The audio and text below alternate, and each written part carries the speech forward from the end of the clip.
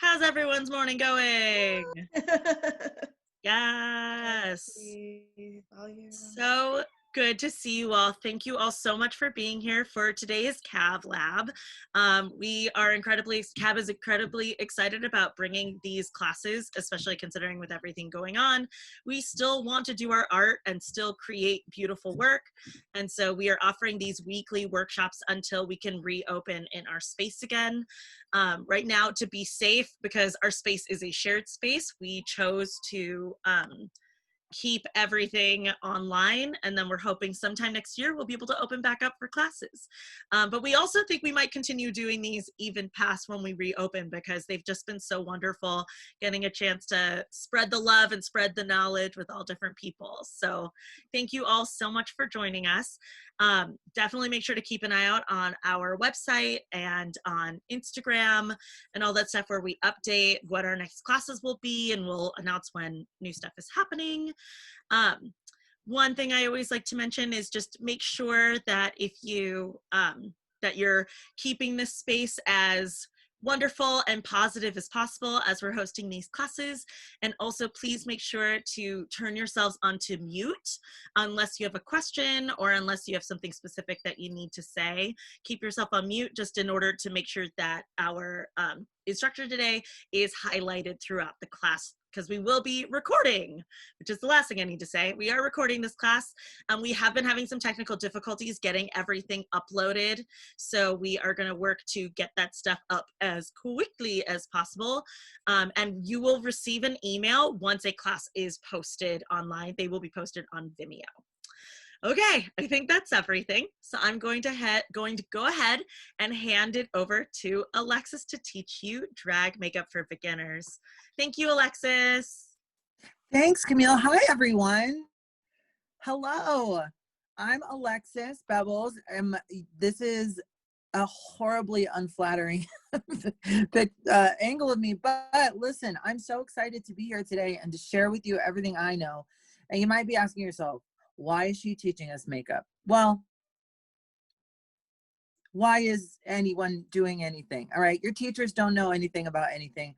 I know what I know, and I have almost 10 years of experience doing this. And I'm going to share kind of a boiled down, simplified way to think of it and get started on your journey. By a raise of hands, is anyone doing makeup along with me today? Oh, Phaedra, fabulous. Okay, good. All right, well, fabulous.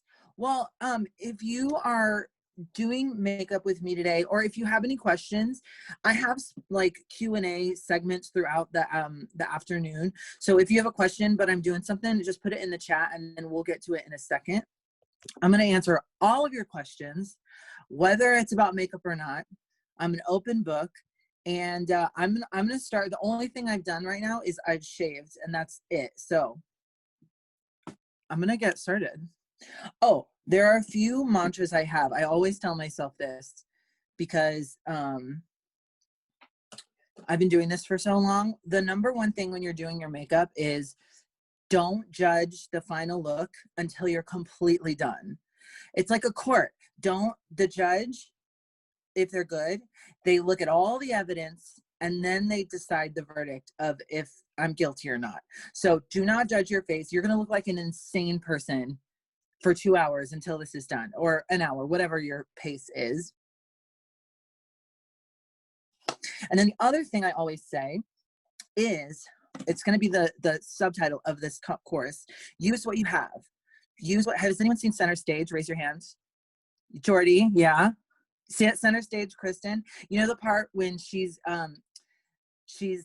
the teacher is like, use what you have and turn out. We're going to use what we have and turn a look out.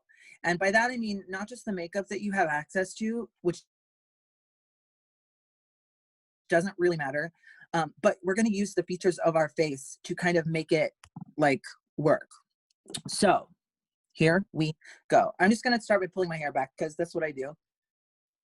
I snatch it into a tight ponytail. Sometimes people can use face tapes. I think RuPaul uses like a whole pulley system back there. RuPaul, if you didn't know, she's a famous drag queen, and she hosts a show, I think it's called Dragula, I'm not sure. I also use this gorgeous, sometimes these come with wigs, and it's got a hole in the top. It's like a net. I put it all here, and then I scrunch my hair up, and then I'm gonna be wearing a wig later, and I cannot recommend these enough. I got this on Amazon. It is a velvet headband, and it grips the wig in place. I mean, I don't do a lot of like wig head tossing, but this is called a Dream Lover scarf and wig grip, and it's Velcro. You just put it right on there, and this is it's gonna help me like get my stuff together. Okay, so that's the first thing. The next thing we do is brows. Brows are very hard. It's like your regular hair. You have to like do brows. You have to train them. But the first thing you always want to do is, if you have a cotton ball or an alcohol wipe, I use alcohol, just like from Target, whatever. They sell them in wipes. We're just going to wipe the alcohol and the dirt and the old makeup off of your eyes like this. I'm going to go in.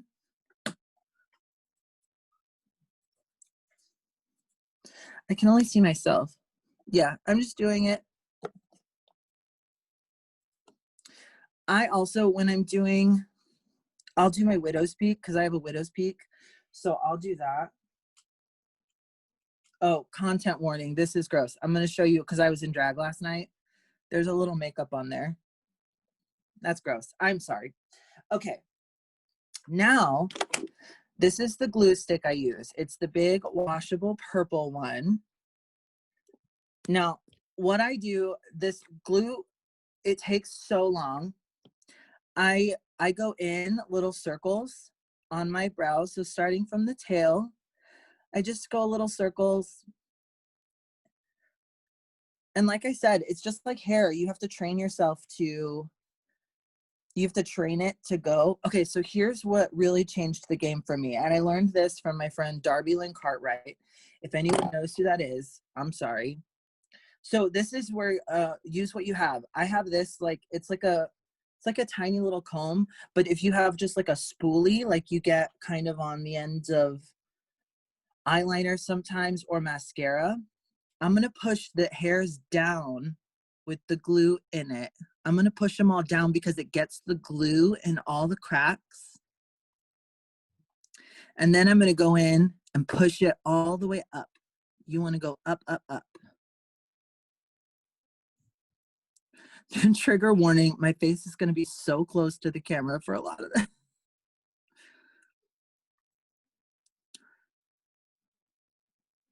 Up, up, up. And get it flat. And if it's not perfectly flat, don't worry about it. And then you just do the same thing on the other side. Down, then up.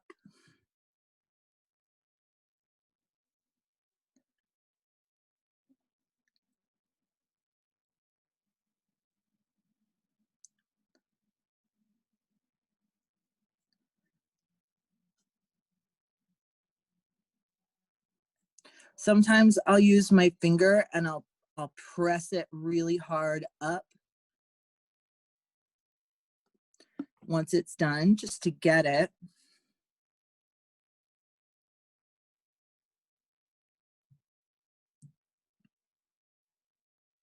I do want to say thank you all for coming to this. This is my first time being a professor. No, I didn't graduate college, but you know, who cares? It also gave me a good excuse to clean my room, which I now realize you can't see. So that's fun. Once I've done that, the glue, so the glue went on purple. Look, it's already clear. I'm just going to go again with the glue stick, and I'm just going to go up, like pressing up, up, up. And I'm going to let that dry completely. So it goes on purple and it clears and it dries clear, which is why I use the purple, because you can actually see when it's clear. I'm going a little above and below the brow. You don't really have to worry. You just want to focus on pressing it in and getting it nice and flat. And once you've got the hairs going up, you want to go up, press and go up with the glue. So while that dries, if anyone has any questions so far, we're just going to start right now. If anyone has any questions or thoughts about drag or me, or if you, does everyone have their coffee? I sent you a supply list and I did insist that coffee or wine. We got, oh, Sonic. All right, Kristen. We got Sonic. That's fabulous. Okay, fabulous, Emmy. Hello, everyone. When you say that you have to train them, does that mean it gets easier to get them down over time? Yes.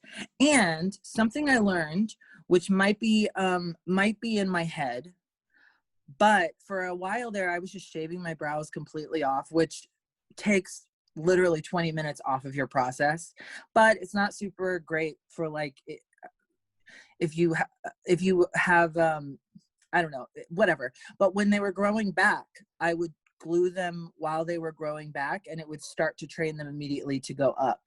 So it's the more you do it, it's just like hair. The more you do it, the easier it will be. Oh, I forgot, because I do my widow's peak. I do up just on my widow's peak because I have a really low widow's peak. I'm like Freddie Munster. That's a very current reference. And then sometimes I'll do my sideburns too. I'll just do a couple of layers and I'll just press the direction those hairs are going.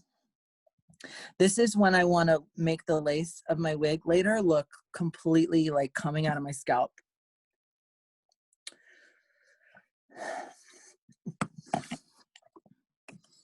Okay, now I saw this on Drag Race once. Raven said she does 3 layers of glue and 3 layers of powder, and she kind of knows what she's talking about. So after the glue on my brows dries, I'm gonna go in again. I mean, you just keep going in. The more layers you do, the better it's gonna be. But this time, while the glue is still purple, I'm gonna come in with a little bit of powder, and I actually use super white.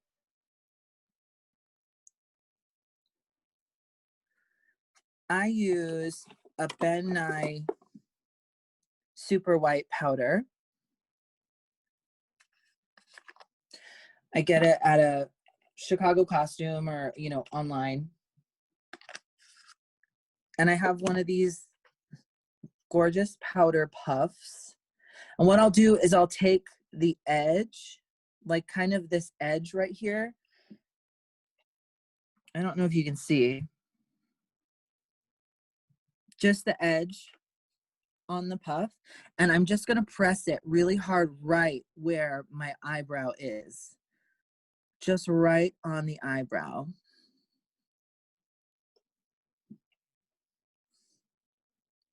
Yes, Beatniks does sell Ben Nye. They have had some issues with being racist, but you know, if you need to go there, you can. And then I'm going to do the same thing on my sideburns. Just, you don't have to do the sideburns. I just do because they're low. I do my widow's peak. Any place you put glue on. And we're gonna just chill and let it dry. I'm gonna have some coffee.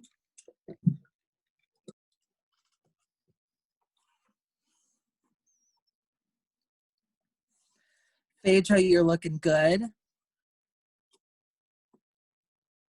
Oh, Kristen, you're doing it.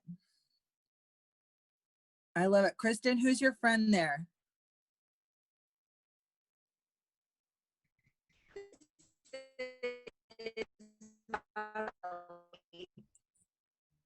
Oh, you're in a spaceship. I can't understand you. But it's nice to meet you. Is that my internet? Is my internet?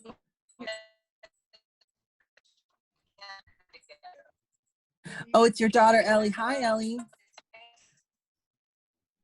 I'm sure I look terrifying. Thank you for being here. Okay, so this is drying. You can't really tell. Now Yeah, covering my brows is a favorite point of mine. Oh, Kristen, you can go back on mute if you don't mind. Thank you. Okay. I'm taking a big fluffy brush. This is my powder brush. Is that my internet?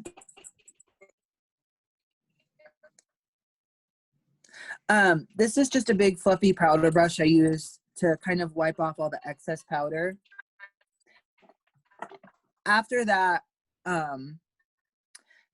after I feel like this dries a little bit. Is my internet messing up, you guys? I'm so sorry. I'm not 100% sure what it is, but I know everyone is on mute. So I'm guessing it might just be some feedback. I've heard this happen before, and usually it tends to like stop doing it after a minute or two. Okay, cool. Well, basically, I'm just gonna keep going. When I feel like it's dry, you can kind of feel it. And sometimes if you wave your hand, it'll be a little cooler on your brow. You'll see if it's still wet, you'll feel it be cooler. I'm gonna do this whole process 2 more times. So I'm just gonna go in with the glue, again, pressing up with the hairs, because this is gonna make it nice. Now, full disclosure, I sometimes dance. I sometimes get sweaty, but most of the time, even if I'm not, I mean, you're doing your makeup, you're getting in an Uber or on the train or however, you're going to the club and you're spending a lot of time in makeup. It gets sweaty. Wigs are basically fur hats. It's very hot. It's very sweaty. So, but that's why we do so many layers. And again, I'm just gonna keep pressing until it gets nice and smooth. Right on the glue. We'll do my widow's pea as well. It looks weird now. Here we go.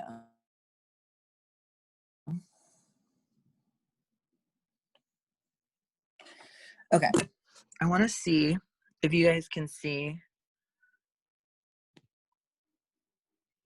It's getting pretty flat, but I want to do one more. We're going to wait for this to dry, and I'm going to do one more just for good measure, because it never hurts. Ooh, let's look at the chat. Kimchi puff puff pass. Oh, I highly recommend. Okay, I love that. I want to try that. Chicago Spotlight and Grand Stage. Is that a website or an actual place?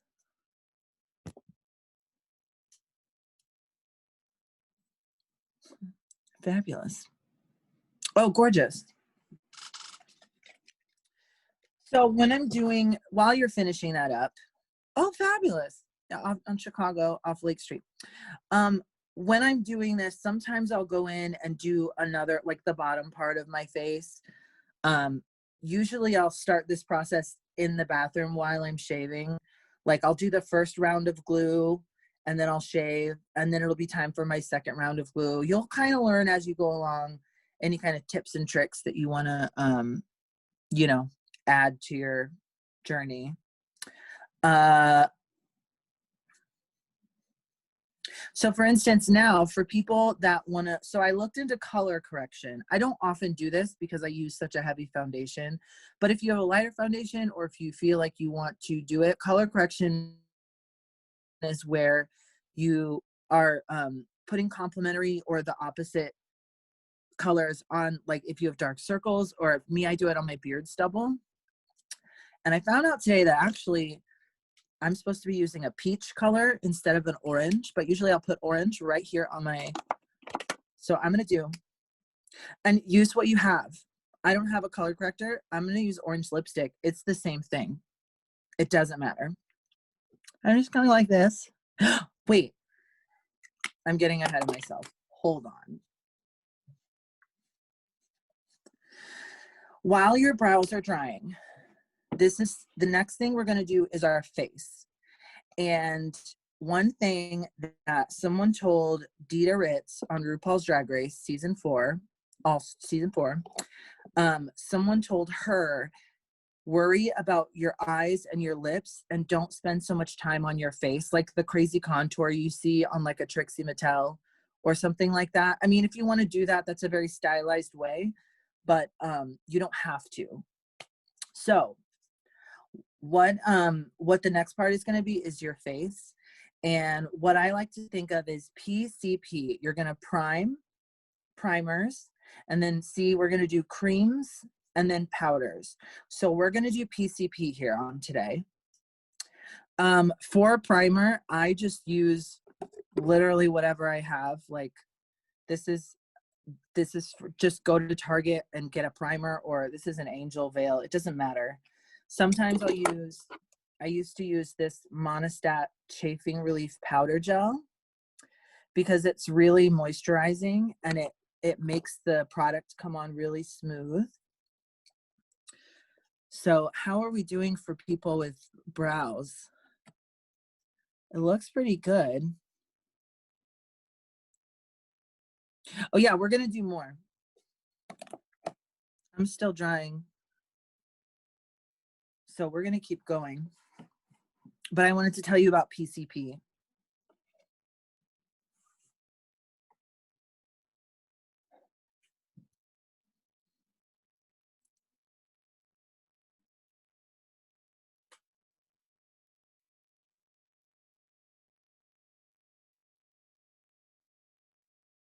Yes? Does anyone? All right.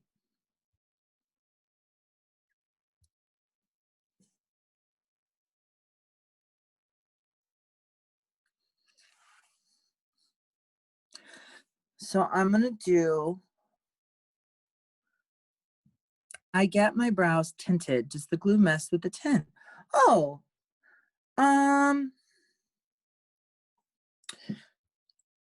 actually, Camille, do you have thoughts on that? I want to say it doesn't. I mean, unless you were doing it right after you got them tinted. What do you think, Camille? Because glue is essentially just hair gel. Yes, generally speaking, anything like a glue will not mess with the tint. And specifically, Camille's a hairstylist, so that's why I'm asking her.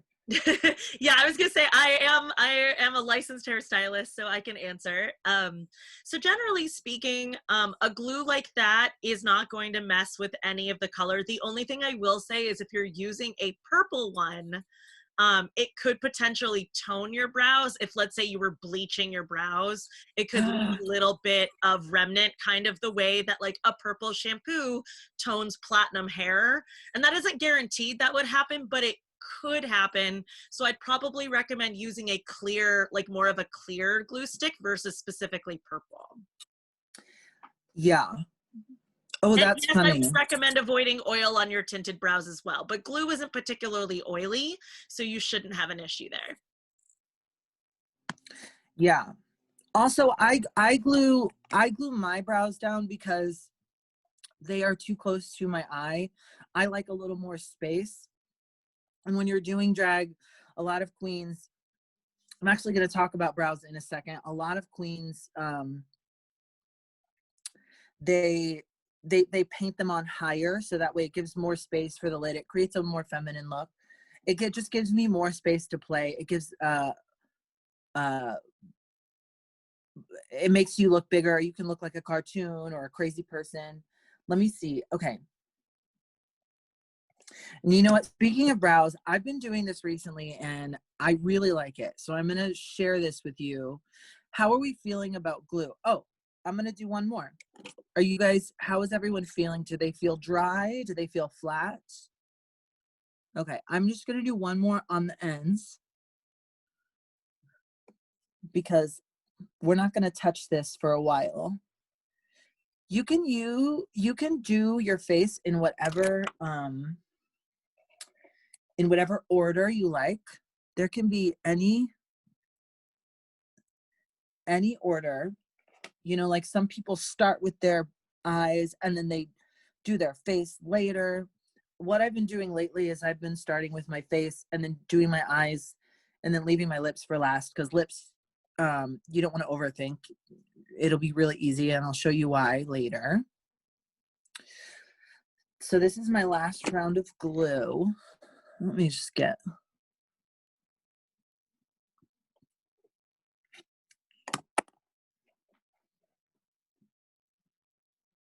Now I'm using a Ben Nye white powder, like I said. You can also just use a regular translucent powder. I do recommend, I have a neutral set, the Ben Nye neutral set, and I get this big thing, sometimes on Amazon, sometimes from bennye.com, because sometimes I can't find it IRL, and that's in real life. But I go through, this will last me a really long time because I use a lot of powder.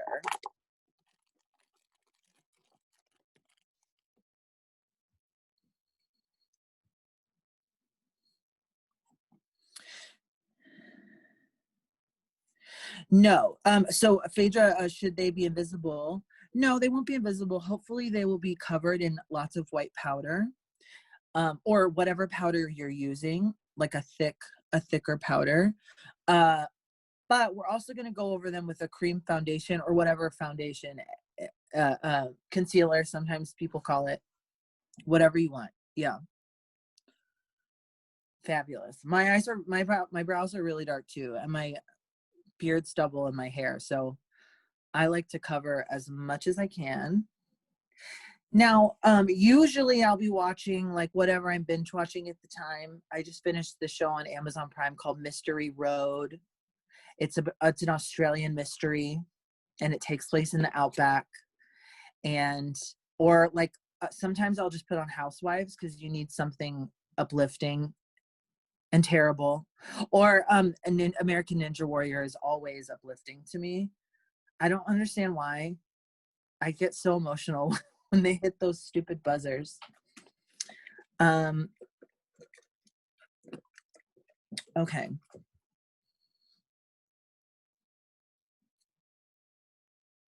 Floor is Lava, fabulous. Always good. But I watched that where I had to scrub through most of it because I only liked it when they were doing it, which is like 5 minutes of the show. Emmy, how are you doing? I like your hair. Fabulous. Is anyone here not from Chicago by a raise of hands? We're all, well, I think Kristen is not. Yeah. Okay, fabulous. Okay, if we're all feeling dry and ready to go, St. Louis, if we're all feeling dry and ready to go, you can kind of see I'm pretty dry. And the reason mine looks more covered is because I use a white powder. I don't, if you use a translucent, you're going to see your brows, but it doesn't matter. So here's the thing that I was saying that I do out of order. And the reason I've been doing it is because it helps me map out where my face is going to go. So I have a little sheet. So this is let's call this my face. I'm very attractive. And let's call these my brows after they've been glued up. What I want to say about drawing your brows on in drag is sometimes you'll see a lot of queens start way up here and then go up. For me, it doesn't always look, that's a choice that you can make. But I think if you're not intentionally making it, it can look a little sloppy. I think always start where your actual brows are, or at the very least where they are glued up to at the top. So like if these are my brows glued, let's make it 3 sections, the bottom, the top, and the middle. I'll usually try to start at the middle. So if these are glued and they're gone, I'll start at the middle and I'll go up and out like that. And it creates more space down here. Some people, they'll start up here and they'll go like that and it looks crazy. But if that's a choice you want to make, you can do it. So I'll start in the middle or I'll start up here. And the reason I'm going to do it now is because if I mess up and if it looks terrible or whatever, I'm going to cover it with creams anyway. So this is just kind of like let me see what this will look like. So let's take a brown pencil. or whatever you want. If you don't have a pencil, but you do have a tiny brush and some brown powder, you can do that. So take a pencil or a powder or anything. And all I'm gonna do, oh, this is old.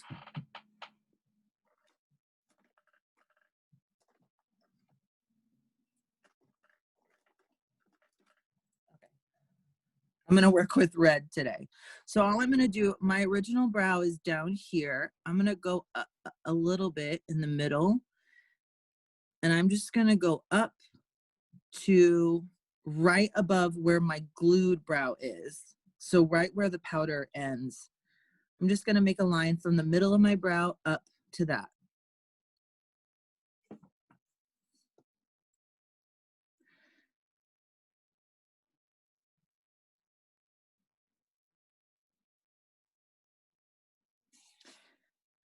Yeah. And then, well, just to keep it even, I'll do the same thing on the other side. And this is just this is almost like a practice test. It won't be even, it won't be perfect, but we might cover this later, so it doesn't matter. And this is my whole thing about use what you have. I'm using the middle of my actual brow, and I'm using the top of where my glued brow and powder ends, and I'm using that as kind of like a mile marker. So once everyone's got those first two lines, I want to see Phaedra looking gorgeous. Yes, Kristen. Yeah, and if you're worried, if you want to orient it with your eye, I just ended kind of, if I keep my pencil straight and I go to the end of my actual eye, that's where the top of this line is, on the top. Yeah, absolutely. And again, this doesn't matter. Emmy, can I see you? You don't have to show me if you don't want to, but yeah, fabulous. Fabulous. So what I was saying is, yeah, it's just one straight line.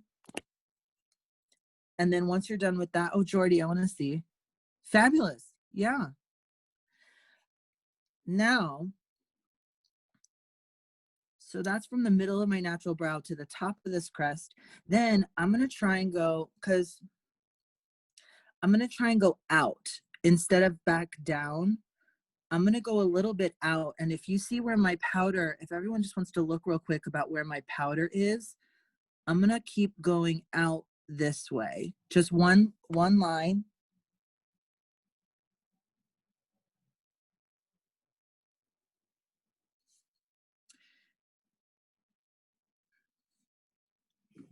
I think this is good. This is bigger. Yeah, it's going to look, we're going to clean it up later. But this gives me something to, like, a starting point.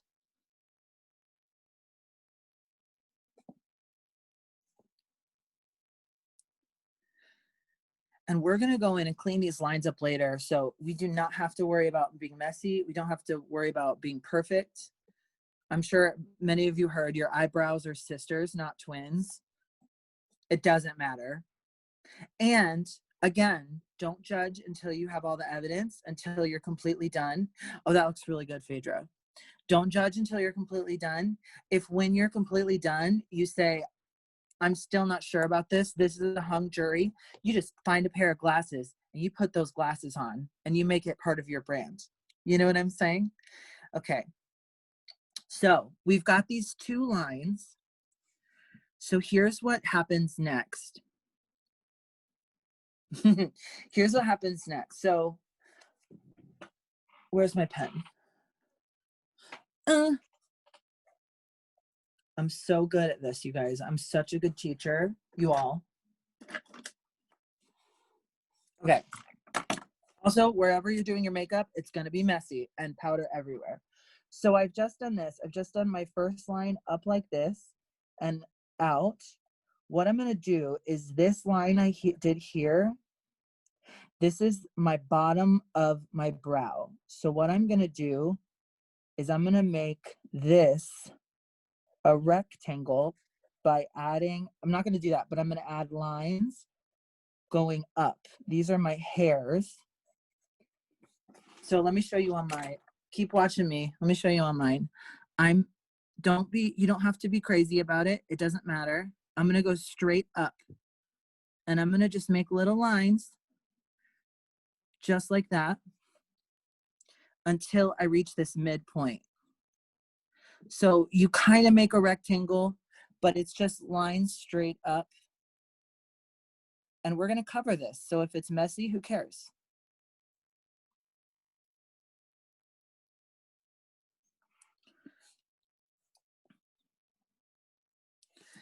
And then once y'all are done with that, we can do the next part. There's me. Oh my God. We'll do the next part in a second.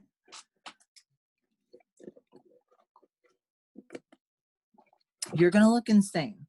So just don't judge. Remember, don't judge. You didn't go to law school. I'm a teacher and can confirm that you are very good. Thank you, Kristen. What do you teach? You're doing your brows. Just type it. Yeah. High school English. All my high school English teachers were football coaches. Because I'm from Texas, so they don't care about learning. You know what I mean? That's why I hated school. Well, that and being bullied. Love. I love this, Phaedra. Yeah, absolutely.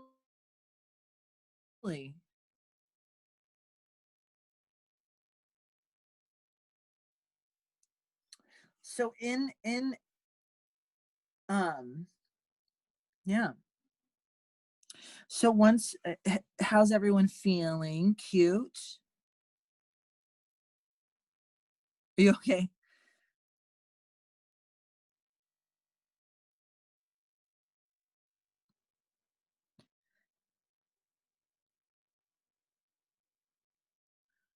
You're gonna feel like you're not doing a good job. You're gonna feel crazy. And it doesn't matter because we're gonna go over this later. Yeah, no, you look good. That looks good. Emmy, can I help you in any way? Or are you doing okay? You're making faces. Do you want me to ignore? Oh, you're okay? Okay. If you need help, just let me know in the chat or whatever. So once we've done these little hairs up on top, listen, all I do is I take this hair, the last hair that I did, all I'm going to do is draw a line and I'm going to meet the point of this second line. So it's a very long triangle. And I'm going to do that on both sides.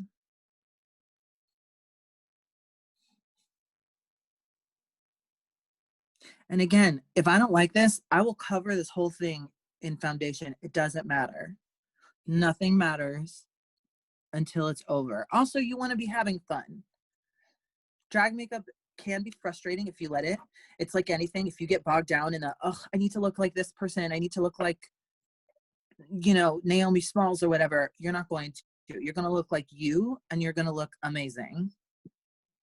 And it's fun. It's fun to figure out what works with your face and your features and try new things. You know, you may do this, what I'm telling you to do, and look at yourself after and be like, this doesn't work for me. But guess what? You just learned something. And I'm a teacher. God, I'm good at this. Okay. All right. Once everyone's attempted the brows, I'll wait for confirmation while you're doing that. And if you want to say hi or have questions, or you just let me know. I'm trying to think, what am I going to do a metaphor of this to? You know, when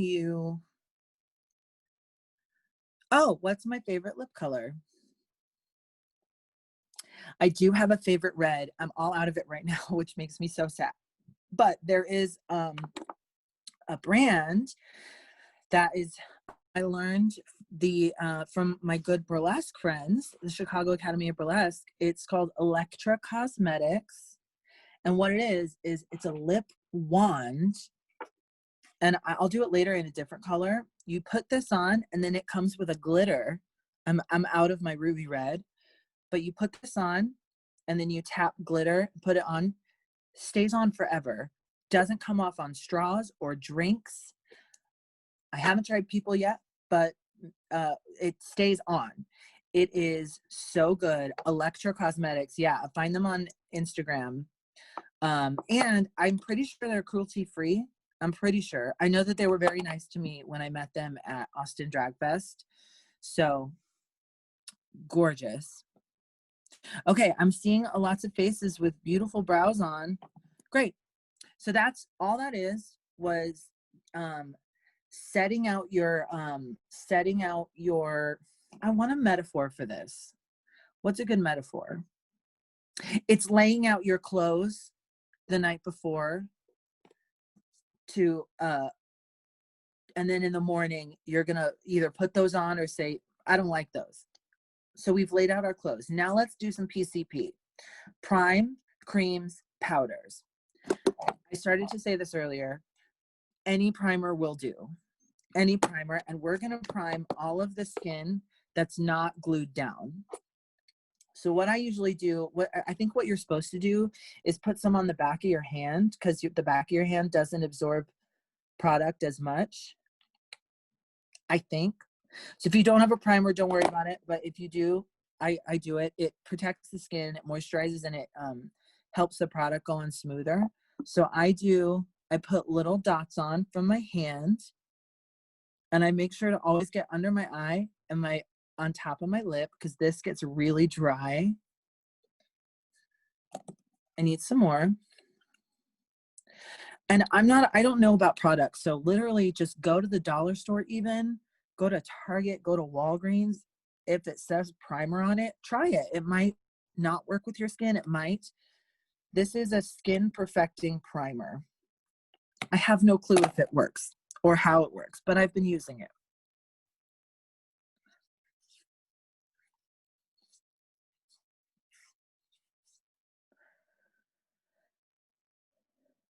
And I'm taking care not to do my drawn on brows or any place that's been glued yet, because the glue might still be drying.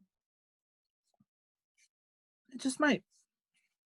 If you have a roommate, before you draw on brows, when your brows are completely covered and you want to scare them, go do that at that time. That's always fun. Okay. PCP, we've done our primers. Next is creams. Now, one thing I do insist on is if you're covering discoloration, or for me, I have a beard. If you're covering a beard, you want to use a thicker foundation, and there are only a couple out there that I think work, but the most popular is Kryolan, and you'll see this a lot. It's a TV paint stick. They have recently started making the paint stick in a liquid form, and I have found this to works really well with my skin. Kryolan, there is a place near North and Clybourne. It's on Halstead. I don't know what that area is called, but there is an actual location in Chicago that's not that hard to get to. Or at the beginning of the pandemic, when everyone was freaking out, I ordered some right away from the actual website, and they were very good. And they do have like a loyalty system. But if you want to go and get color match, they've always been very nice to me there. So if you want to go and figure out your foundations there, what I use is called 3W. I don't know why, but it's like one of the lightest because I'm very pale. So jumping back a tiny bit to color correction, I have a beard, so I'm going to just do a little, this is kind of a peachy orange. I'm just going to do my mustache. And all I'm going to use is my finger. The best blending tool you have is your finger. If you don't have a mustache, you don't need to worry about it. But if you have dark circles, maybe you want to do that. I'm just going to do this. This is also like the glue, and it's going to need a second to dry. It's supposed to cancel out dark tones. And the way it works is, for color correction, if you have a color wheel, which don't we all have color wheels just around our house? The opposite color is what you're supposed to use. So if you're trying to cancel out, for instance, my dark brown black beard, I'm supposed to use a peach or an orange. So I'm using this lipstick, and then I'm going to use my thing again, and just a neutral set powder, just a powder, and I'm just going to press it in. Press it in, and I'm going to let that chill for a second. If you have any questions, or if I'm going too fast, or if I'm being annoying. Okay, do you match your skin tone? So let's talk about foundations. To answer your question, I think you match it whatever your skin tone is. So what I do, and I read that RuPaul does it too, which is why I do it, and a lot of queens, you match your skin tone for your actual foundation, and then you're going to get a lighter, you can either use foundation or concealer to create a highlight in some highlight points that I'm going to talk about. And then I have a darker foundation that I use just a touch of to create a contour. But for my actual skin color foundation, just match as close as you can. And if you don't want to do all the other stuff, you can achieve the same highlight and contour thing with powders. But I like to get a kind of a head start and use creams as well. So if you only want to buy one foundation, buy the one that matches closest to your skin tone. Does that help, Emmy? Fabulous. Gorgeous. Now, I've got my face P for primed. And I started my cream with the orange. Now I'm going to go in with my foundation. So like I said, this is the one that matches my skin. It's a Vitacolor. This one is it is the same exact formula of the paint stick, but it's half the price. And these are very dry. I go in with this because it goes on way smoother and I don't have to use as much product. If you have just like a Maybelline, whatever, store-bought, whatever, if it works for you, that works for you. So here's what I do. It's a new one. I got a new one. Okay. This is an exclusive. This is a foundation brush. It's got like flat. I got it at Target. This is how I apply my foundation. But what I do, I don't know if this is right, but it's what I do. I just put a little bit of dots on my mustache and my cheeks, my lower cheeks and my chin. And sometimes I'll go up here. And then this kind of evenly distributes everything. You can also use a blender to pat it in. And I'm going to show you where, let me show you where I put it, and then y'all can do yours. But I'm going to show you where I put it. I just dot. A little goes a long way with this because it's creamy, but if you have a stick, you can just go all around. And then I take my brush and I sort of start patting and swiping. And I just cover this beard. So I only cover the lower half of my face. Sometimes I'll bring it up to above. I'll do my sideburns, kind of creating a photo frame around, leaving the center of my face and my brows untouched. I do my mustache, I do my beard, and then with the leftover, I'll do under here. This other drag queen I know, Darby, she goes all the way down her neck. You can, I don't do that. It's too much, it's too much product. Get all the way around the lips.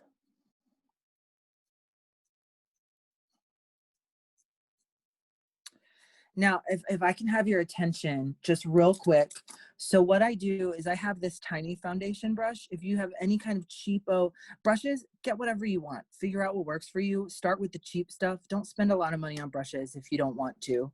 I have this tiny little foundation brush, and let me have your attention real quick. I'm going to take some of the excess product in here because there's a lot.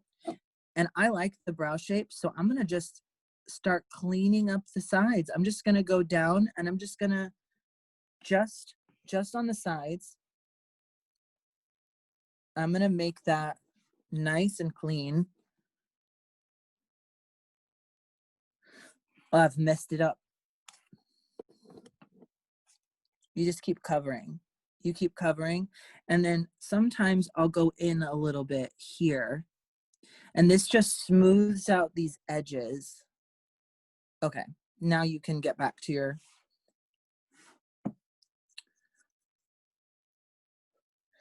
Yeah, just make sure this foundation color... Now, I just said, get a foundation color that matches your skin. This doesn't really look like my skin, but it's the closest. It's the closest I can get.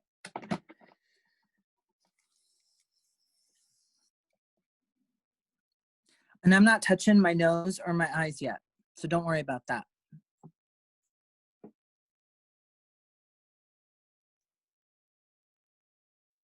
Now, this is being recorded, like I said, so if I'm going too fast, feel free to tell me, or if you just want to like stop right now and do it later on your own timing. I go a little fast through this part because, you know. Sorry, I can't type, but you didn't go underneath with the foundation? Underneath the brow? Yeah. Not yet. I'm gonna save that last because I'm gonna wait. I'm gonna use a different color for that, and I'm gonna do my whole face first and then do my eyes last. Plus, if any glue is still drying, it very well might be. So just do the top of your brows first. Yeah, and then once we're all done with that, and don't overthink it. Don't overthink a lot of this because it's like, just kind of get it on. And if you're like me and you do have a mustache, you will want to work a little faster, especially in the hotter climates, because I get an upper lip sweat. Maybe that's just me. Maybe it's not mustache, but I get an upper lip sweat in those summer months. Can we talk about drag during the summer? They should pay us more because it's horrible. It's horrible and it's sweaty. Also, I'm a baby.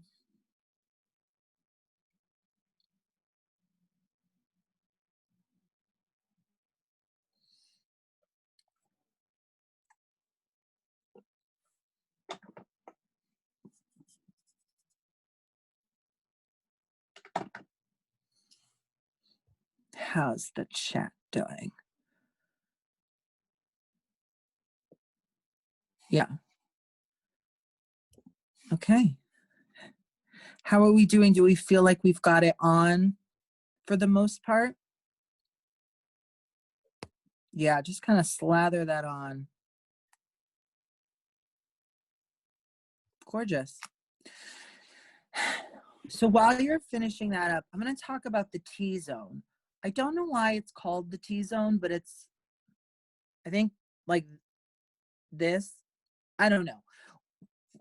We're going to talk, I'm going to do the highlight next. So what I do next, and this is just powder, creams. If you have a very light colored foundation or concealer, this is where you'll see on the internet, girls do like, they do the little like triangle right here. This is kind of the same thing that we're going to do. Where is my light? So what I have here is I am moving to a paint stick. This is TV white. This is one of the lightest colors ever.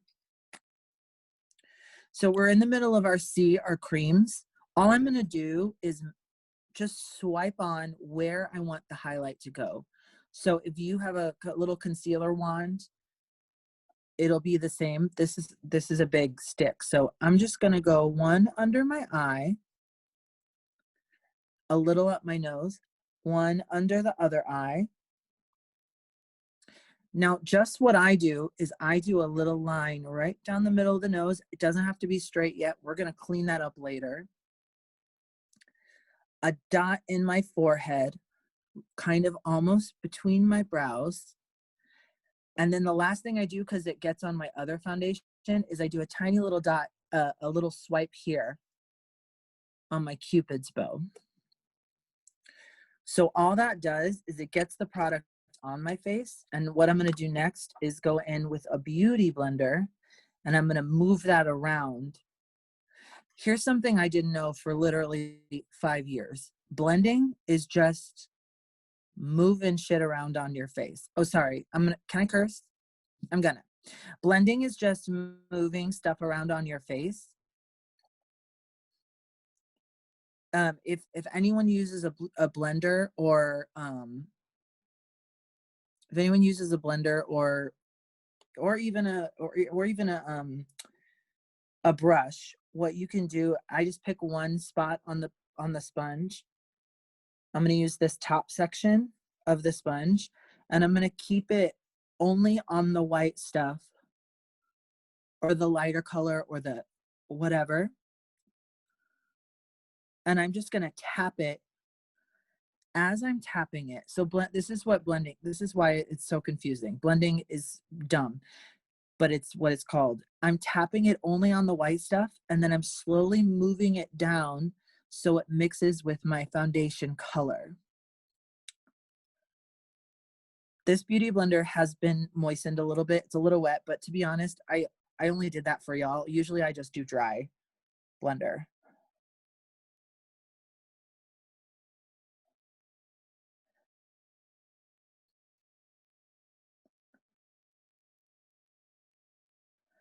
And I'm moving it around my face. I'm going kind of down a little bit, down my cheeks, kind of up my nose, on the sides of my nose. Because like Kristen said, we're road mapping. It doesn't matter. We're going to clean all this stuff up later.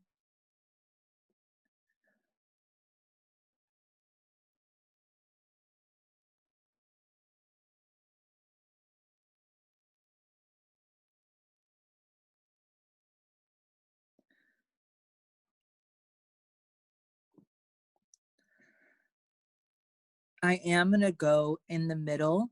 And if I could have everyone look up at me real quick. So what I'm going to do now, remember we road mapped our brows and we said whether we like them or not, they're going to get messed with. I'm going to push this white into my forehead and I'm also going to circle it around. It's going to get on my brows a little bit, creating this ombre effect. And that's good. You want that. Pressing this into my forehead.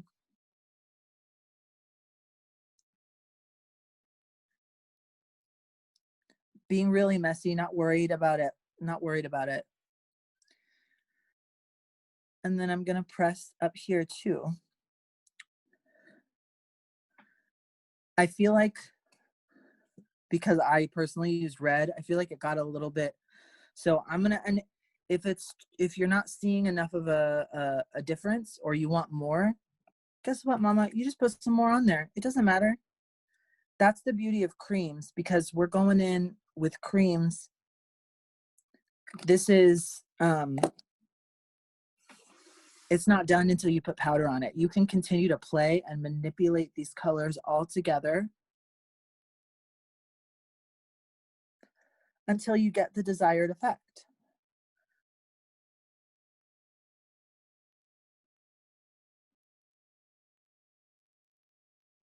And again, you're going to look crazy. So just live in that.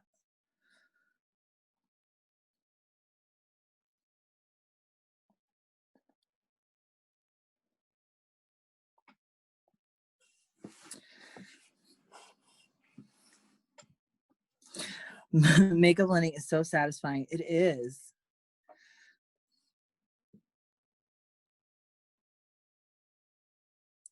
Yeah, if you're using a concealer or even a foundation brush and swiping it on, yeah, it's the same kind of situation. This is the one I use for my light colors. You just put it on there, put the product where you want it, and then kind of swipe it out. I will say this, I do also have, this is called Clown White, and this is a staple in my journey. It's a very creamy white. It's white out basically, but makeup. And I have a special brush that I only use for that, two actually. So if you are looking at Alexis Bevels on Instagram, a lot of times you'll see I have like this kind of button nose, this like little white dot on the end. Sneezing, not COVID, I promise. What I'll do is I'll take this is just swiping on my white foundation. I'll take we'll do that later. We'll do that in a second. I'm getting confused. So when you've got some product on and you're feeling nice and blended, let me know. Gorgeous. Yeah, and this, I mean, you can take all the time you want on this. You can sit here blending for hours. Blending is just patting your face. But don't do it. Don't overthink it. So now I have my dark contour. My dark contour it's a TV paint stick and it's a V22. Like I said, I don't like to spend a lot of time on my contour. And since we're doing creams, we're going to put powder over it anyway, so it doesn't matter. You can, just like the white, you can swipe it on if you want for your contour. Now, let me say this about contour. I learned something in theater that I think applies. Oh, I'm going to do my thing again. So if I can have your attention. So a contour makes your face smaller, and you want to, if you're trying to feminize your face or masculinize, whatever, but I try to feminize mine. I'm gonna do a 3.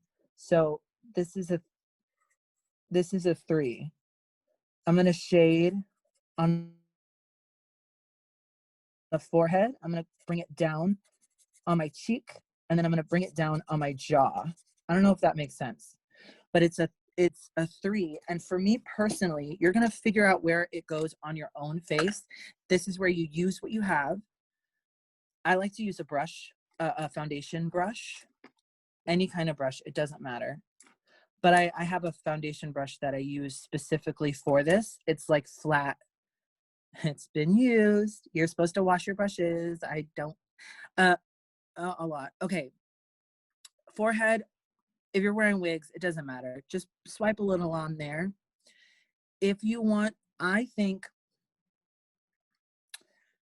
for my face, I like to start where my earlobe is. If you want to look at me real quick, I want to start where my earlobe is, and I use that as a starting point for my kind of contour cheek. And I just do a straight line in a little bit. And then what I do before you go back to your face, I take the straight line and I kind of come up a little bit.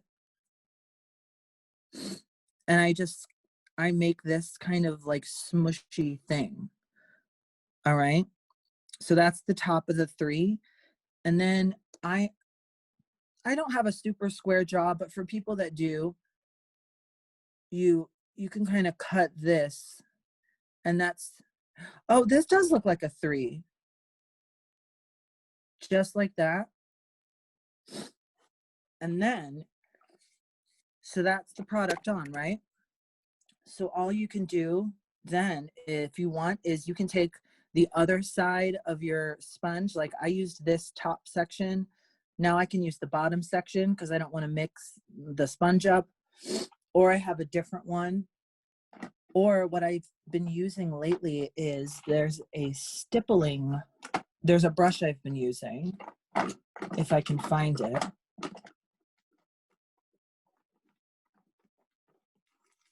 This is called a stippling brush, and it's got like 2 layers. There's like a brush down here and then little spikier brushes. It doesn't matter. It's a fluffy brush.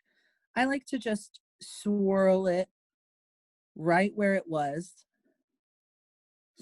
This is a V22. It's in your supply list. It's a TV paint V22, but it's a brown, so any kind of brown cream. And I'm not worried too much about this. I'm just kind of swirling it where I applied it. And then if I want to later, I'm going to take the other end of my sponge and I'm going to meet that at the edge of it. So you see this kind of line? If you want to look, I have brown and white. I'm going to take the bottom of my sponge and I'm just going to tap it. It's going to blend those together. I'm going to tap in little circling motions, and that's all blending is, because it's picking up the product down here and moving it up here and saying hi. And then you're picking up the product up here and you're moving it down there and saying, what's up? And like now it's kind of dark and blended right here, but I want to bring the white down. So I'm going to go back to the white side. If this is too fast, let me know. But just tap, tap, tap. And if you're saying like, I feel like this is harsh. These lines are kind of harsh. Baby, guess what? We're going to cover all this with powder and it's going to look way less harsh. It doesn't matter.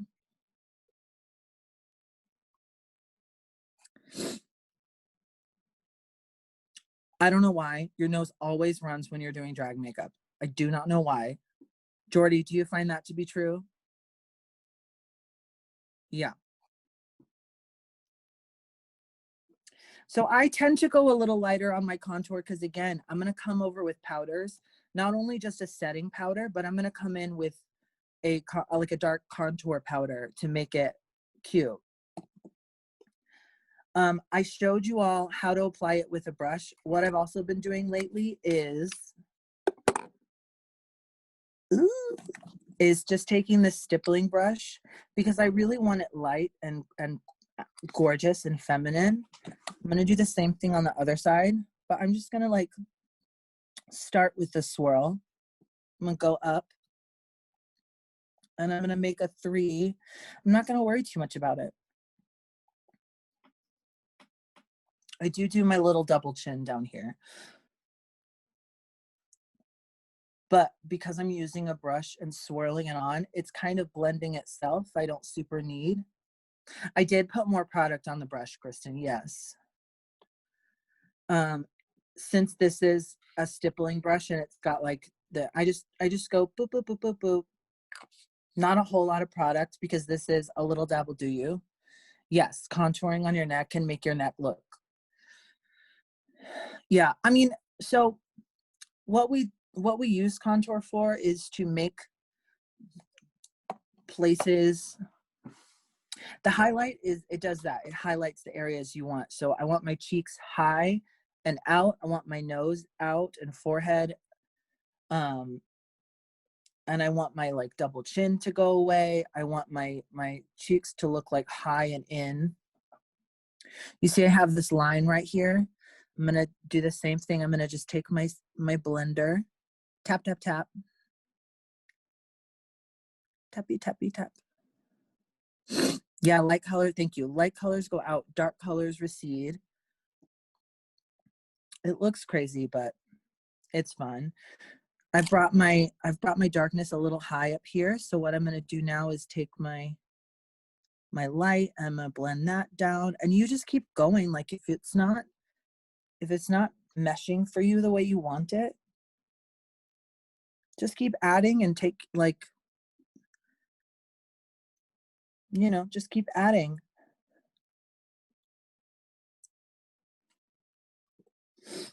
Sometimes what I'll do is I'll take my, I have so many brushes. I never know where I put them. I like take them out, I put them somewhere, and then I lose them. Okay. Okay. I can't find my brush. What I'm gonna do is I wanna kind of cut this chin in a little bit.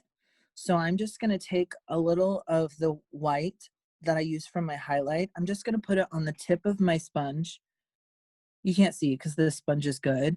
And all I'm gonna do is I'm very lightly gonna press it right under. Remember when we drew the line from the earlobe in? I'm just gonna press it right there. So it adds a little, it brings out, it brings out this, but what it really does is it makes your cheek contour look deeper. So you look really skinny. Like you look like you're doing this, but you're not.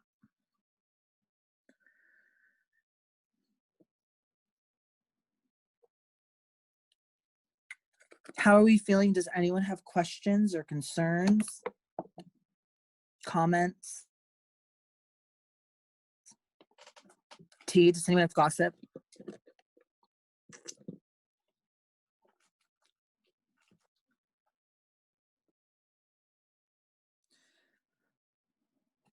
What is a common mistake that you think is important to avoid? Well, for beginners, my number one is don't put your eyebrows way up here. If that's a choice and you know a lot about makeup, do it.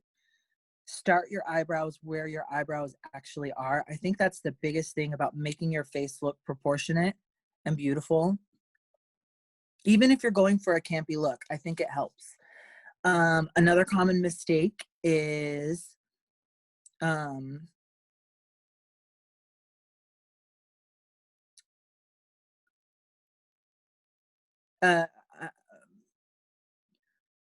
thinking, I mean, this is going to sound corny, but don't doubt yourself, because I've been doing this for 10 years. I still don't really know.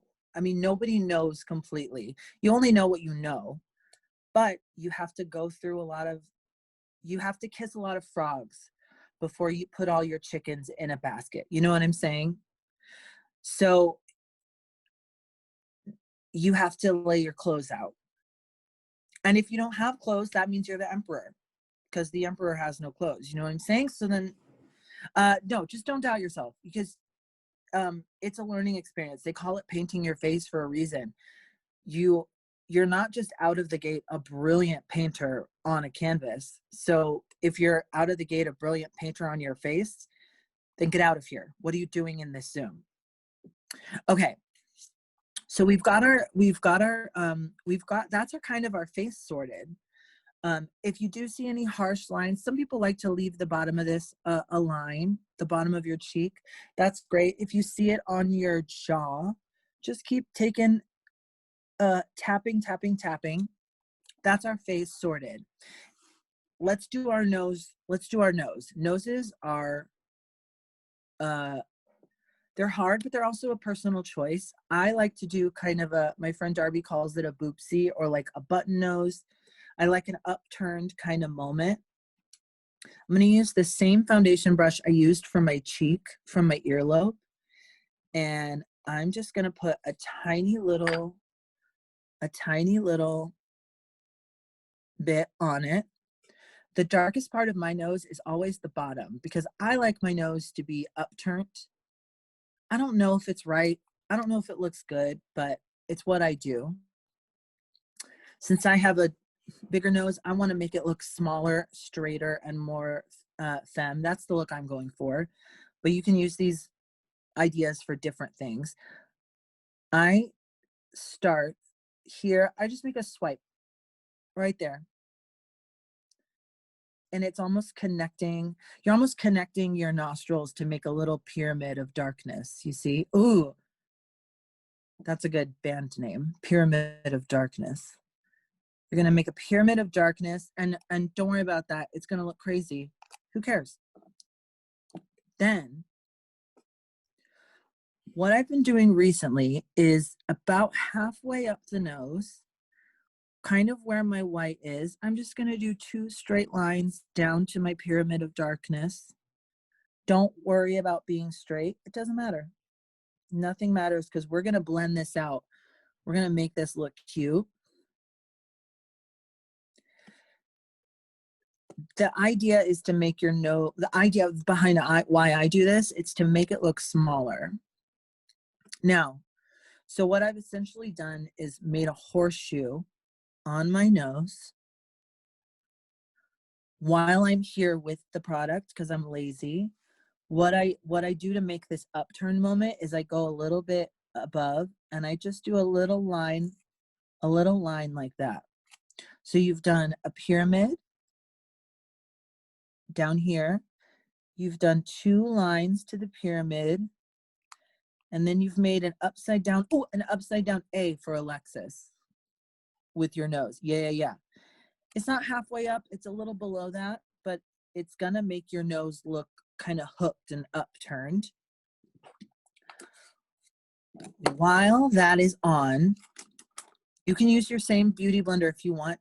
I went and got one of these tiny baby ones, or you can use a brush. It doesn't matter. I'm just going to tap this. I'm going to make this product really set in, and I'm going to blur out these harsh lines. So I'm just tap, tap, tap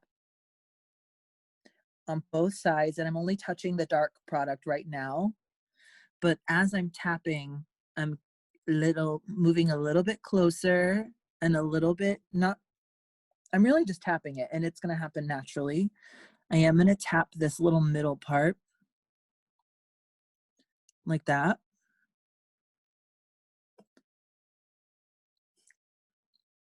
And I'm kind of sort of moving it up, but I'm not worried about it. You can play with proportion. You can move it up to meet your brows and get in here. Actually, I'm going to do that a little bit. It's going to be covered later because I'm going to do a smoky kind of colorful eye. Ooh, I like that nose, Jordy. Yeah, so just like this, but guess what? So it looks kind of messy. It looks but it looks a little smooth. And now what I do is I just go in and say, yeah, everyone is looking really good. Now I go in, this is what I was going to say earlier with my clown white. It's very dirty. It's very old. And I have the tiniest little baby pen. I'm sure it's a brush. I'm sure it's for eyes or lips or something, but I use it for this.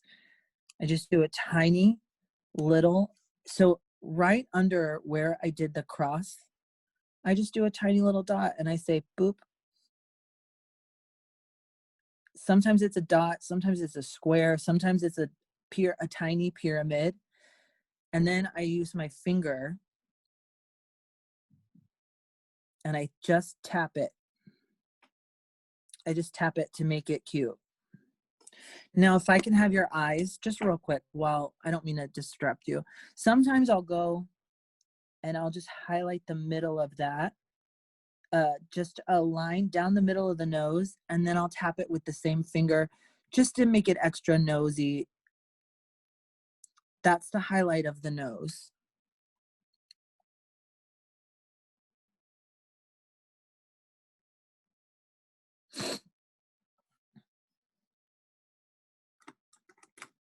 And like, if it's too dark, I'll go in with my sponge and I'll just kind of tap it out. Like I'll take the lighter side I was using, I'll tap up here again. And like I said, we're about to cover our whole face in powder. So it is going to be,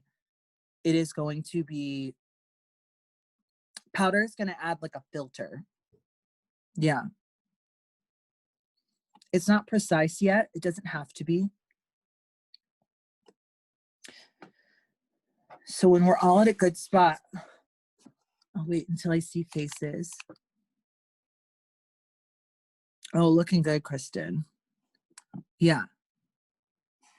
You see, I've kind of messed it up. I'm going to keep going in with my dark, and my nose gets a little oily on the end, so I go a little darker than I should. Your finger really is the best blending tool you have. Okay.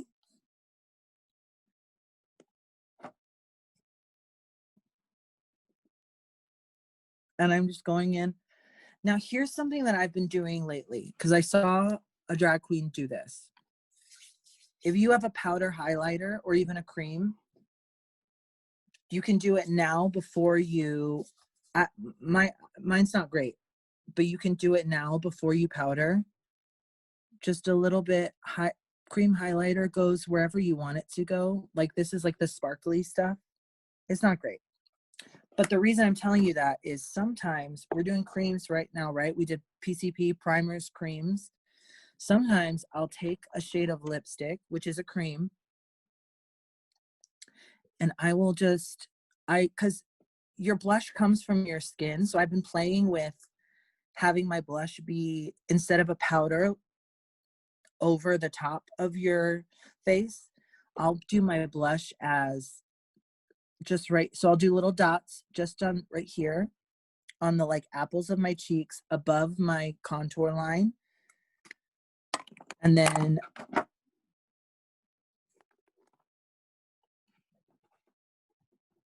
I've lost my, oh, here it is. And then I'll take an unused side of my thing and I'll just press it in. And this makes it look like once we put our powder on, this makes it look like makes it look like my skin. Like I'm a blushing baby bride. You don't have to do this step. I just like to do it before I get my powder on because it makes it look natural, like a natural blush.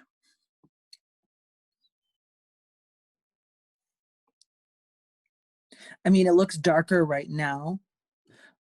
Sorry. Oh. I had to get my cream highlighter. What am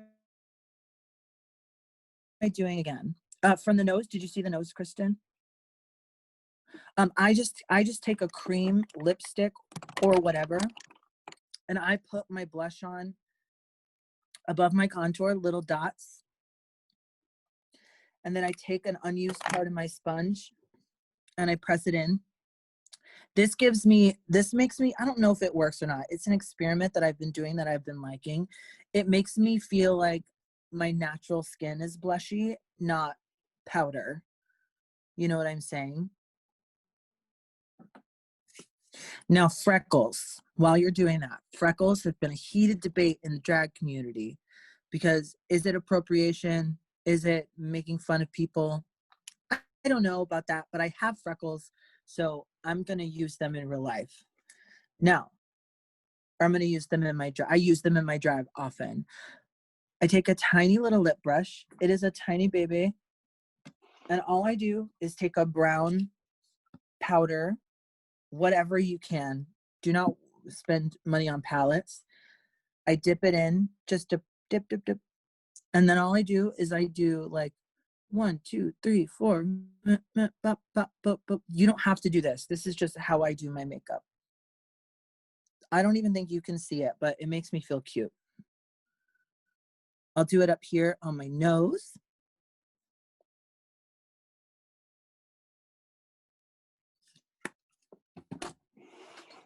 That's just a little aside. You don't have to do it, but look at how cute, you guys. It does add some texture to your skin. It makes you look like a real person, which I enjoy because I love being a real person. Now, we've had this wet product on our face for a good amount of time. So once you get to a point, just take your this is dirty. Take your big or your brush, whatever you use, take your neutral set and go to town all over everything except for your eyes. Just go to town. Look like a ghost.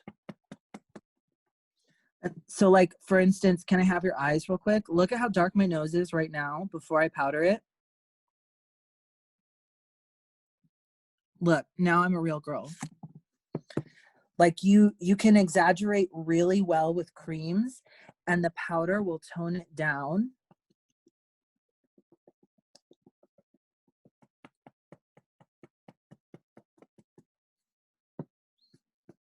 Get your neck too if you put any product down there. And then just keep going and I'll let y'all catch up. I'm sorry if I'm going fast. I'll let y'all catch up. I saw Shea Coulee do this before she was famous. We happened to be at a gig together and I saw her cover her whole face in powder. I think historically, a lot of it was like one color foundation and then people would do different color powders. And that's where you get baking. If you've heard of baking your face, that's what that was. But this is way easier. You use a little less product and I love a good like one-stop shop. Does anyone have any questions, comments, concerns? Does anyone have any single relatives they want to set me up with? No? Okay.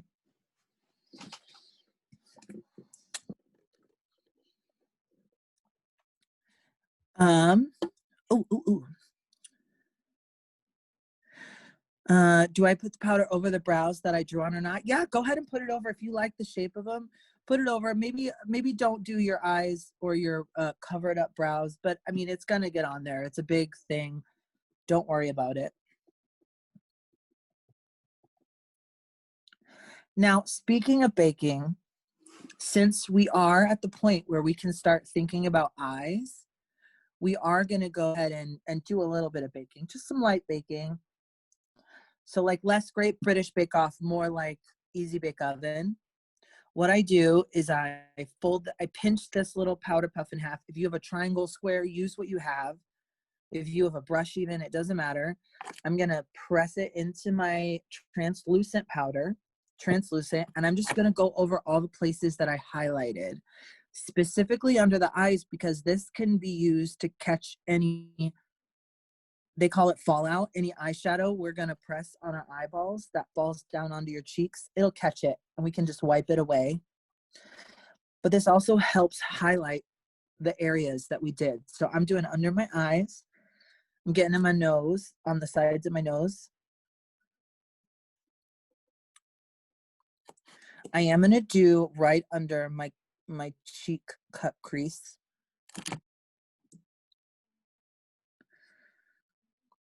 And I tend to get sweaty around my mouth. So I'm gonna do my top lip and my bottom lip. And I'm also gonna do my forehead, covering, see how like ombre brow, remember it started way in here, but you can't really see anymore because we've put so much product over it.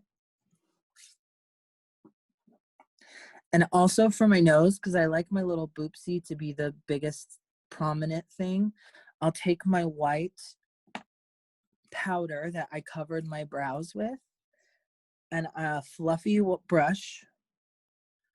I just do a little boop on the nose to cover that.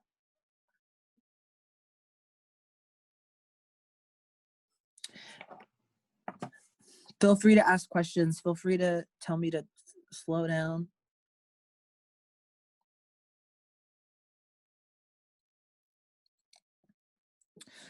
This is set it and forget it. This is set your face with powder and forget about it, and for, you know, for a little bit.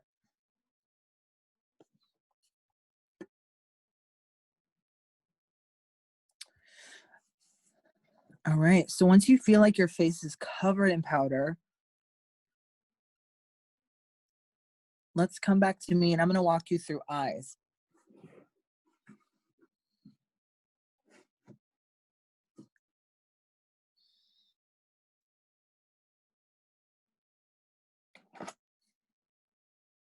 There's powder all over my phone, all over my mirror. That's the name of the game. That is the name of the game. Okay, so let's talk about eyes. We've left this pretty much untouched under the brow and the lids, which is good. We just did PCP on our face, primer, creams, powders. We're gonna do the same thing for our eyes. We're gonna do PCP, primers, creams, powders. So I'm gonna use my Clown White again. Oh, no, primers, stupid Alexis. I use this is a kryolan eyeshadow primer. I threw it in with my last order of foundation. You could get any kind of primer. It just helps the colors be more vibrant, and I think it helps everything be smoother. Now here's what I actually learned. If your eyebrows are not trained, if they feel what they say crunchy, you can, as long as they're dry, you can put primer over them. It'll help fill in those cracks and smooth it out, but you want to make sure they're dry first. So I put a little bit on my finger. Your finger is your best friend.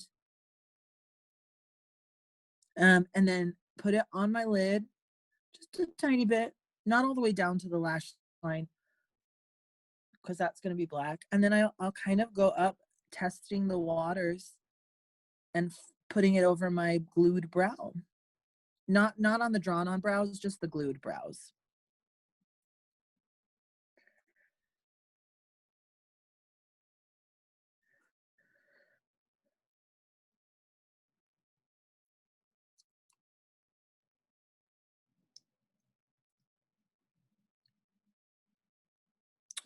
So I want to talk about proportion real quick. When we mapped out these eyebrows, I did forget to say, this is where I place my eyebrows. but you can proportionize them any which way you want. I think as long as you start on this inner corner where your brow starts, if you want to do like a Bianca Del Rio, Trixie Mattel, start in the inner corner. If you want to go all the way up and out, you can do that, but just start close to your eyebrow.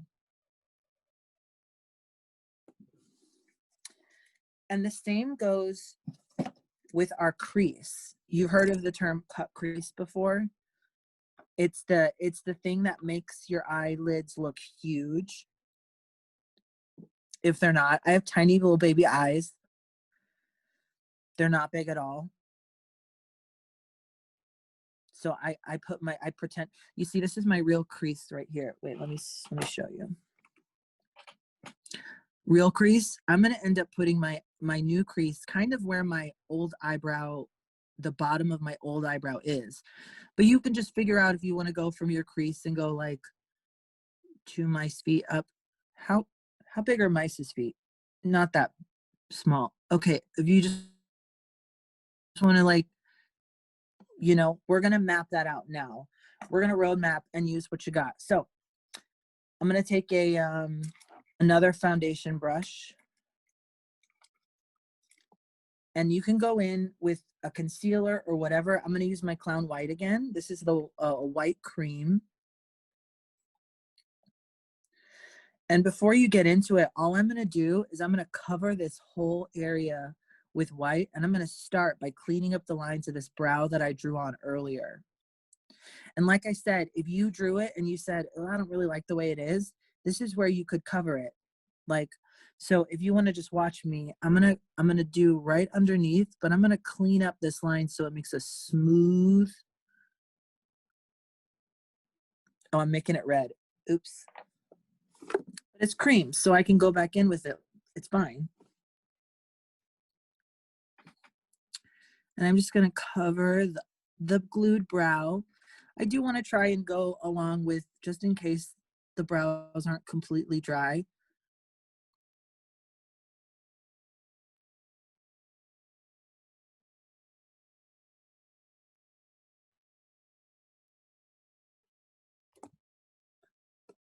Hold on, we got low battery, folks.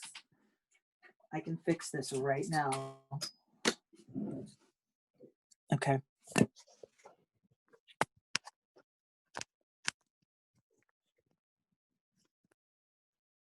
Oh yeah. Oh. So I'm just gonna cover this hole underneath. I'm not gonna go to my waterline. I'm gonna go pretty close. Pretty close. And actually, I am gonna go, if I can have your eyes, I'm gonna go in the inner corner and kind of straight up. Sometimes I'll do more, but mostly we're just getting this kind of cream.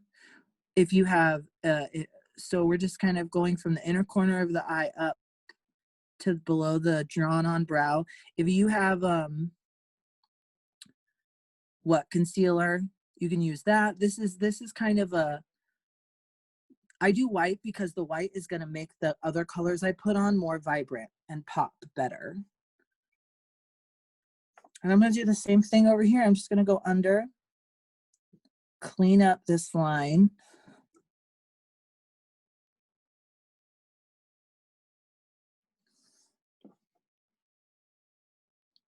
This might be a crazy way to do things, but it's what's working for me lately. Some people do their whole face. They glue their brows down. They do their whole face and then they draw the brows on after. You could do that if you wanted. Some girls do their eye makeup and then they draw their brows on after their eyes are done, which I like to use the brows to help me figure out all the rest of it. I think that makes more sense, but whatever you feel like.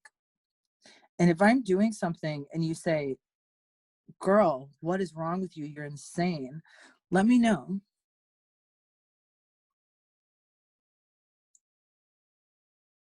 Because this is just the way I do things.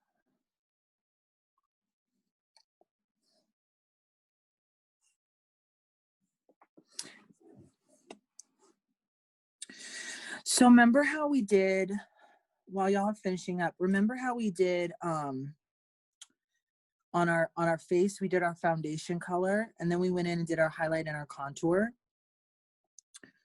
We're gonna start doing that now.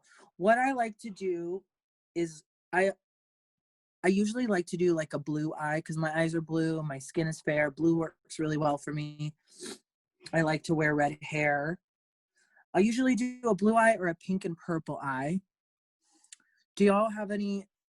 I'm gonna do blue because blue is almost in like every single palette. And I want to say, don't spend money on palettes if you don't have to. I have like a bunch of different ones. It doesn't matter. None of it matter. Use what you got. You know what I mean? If you can only afford the dollar store palette, that will work if you work it. You know, if you use primer, you can get that color to be cute. This is a palette called C'est Magnifique, and I think it fell off the back of a truck and ended up in Santee Alley in California, and I bought it there. I don't think it's good quality, but I like the blues, so I'm going to be using blues. For eyes, you want to start light to dark because you can always add more of the light color. In fact, you probably will be. How are we feeling about the white underneath the brows? It's looking cute. I'm realizing. Do we need to set the white underneath the eyes? So that's what I'm going to say. Because this is a pressed powder liner or a pressed powder shadow, we're going to set it with it, and that's going to make it pop. It's going to make the color extra vibrant. So you will want to work a little faster. But so we use this cream, right? And if I can have your eyes, I'm just going to show you how I do it. I'm going to take this light blue. It looks darker in real life than it will be on your face. Put it on a fluffy brush. Again, doesn't matter. And all I'm going to do is I'm going to start on the outer corner of my eye. I'm going to go out kind of towards the end of my eyebrow, my drawn on eyebrow. And then I'm going to bring it in up above my actual crease. And I'm just going to start. So watch on this side. I'll go and you go. I'll go out kind of on the white. Look how blue that is. It's just because the white is still wet. We're setting it with this blue. And then I'm going to bring it in to my inner corner. And then in the inner corner, you can go crazy. This is going to be a smoky blue eye with a black liner. And be messy. With this lightest color, be messy. I'll go all the way to my inner corner of my eye. And I'm just going to do a U shape. This is almost completely covering my real glued down brow. It's almost completely covering it. But yeah, use what you have, meaning use the outer corner of your eye, go up to your, a little bit to your brow, and then bring that up and do a circular motion. Yeah, good, Emmy. And if you cover some of your drawn on brow, that's fine too. That adds to this ombre effect. It makes your eyes look nice and big. At least in my brain, that's what it does. I don't know if any of this. And this is putting it down. We're going to clean all this up later. So if you're like, you know, we're going to cut this crease. We're going to make it cute.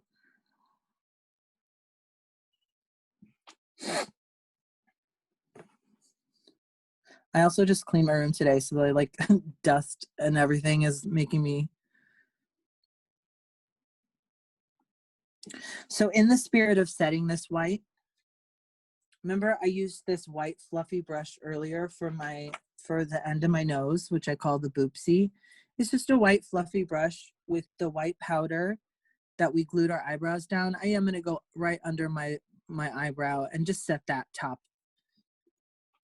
We're going to set this because this is going to stay white for me. You can get crazy if you want. You can do whatever.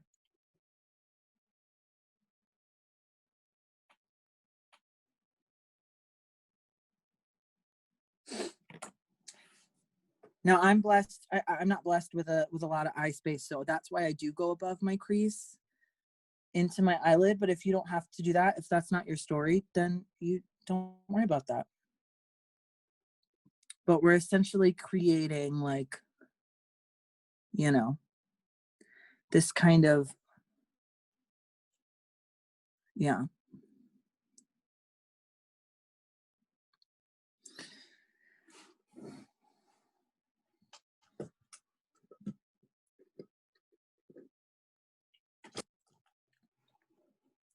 Okay. So we're just gonna do, just to give you a heads up, we're gonna do a lighter color. I'm gonna do a darker blue, and then that's really all and then we'll do a black. So those are the only colors I'm gonna be using for the rest of this eye. So next I'm gonna go in with a slightly smaller fluffy brush. We got this one with the light blue. I'm gonna use a different one, and I'm gonna use a darker blue. Any one you want, or you can use a purple. This is a darker blue. I'm gonna put it on, and I'm gonna do the same thing just on the lower half. So let me do I go, you go. I'm gonna go same out a little bit, but not all the way out towards my eye, covering the outer part. And then, don't go yet, just watch me. And then I'm gonna just take the smallest and just do the bottom half. Do you kind of see? This is mapping out where my crease is gonna be. And I'm blending it in. So now you see there's the dark blue and the lighter blue. I'm gonna take my other blue blush, light blue brush, and I'm just gonna swirl it and mix it together so it looks a little blended. We're gonna go over this in a second, so it doesn't have to be perfect. But you just keep trying, keep adding product, and keep trying.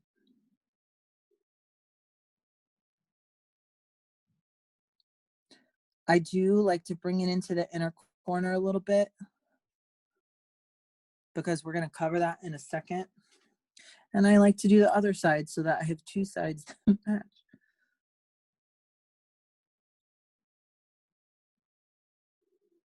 Blending is just rubbing. They don't tell you that. Just rubbing your product on your face. Also, if you didn't know, hiking is just walking. They don't tell you that either.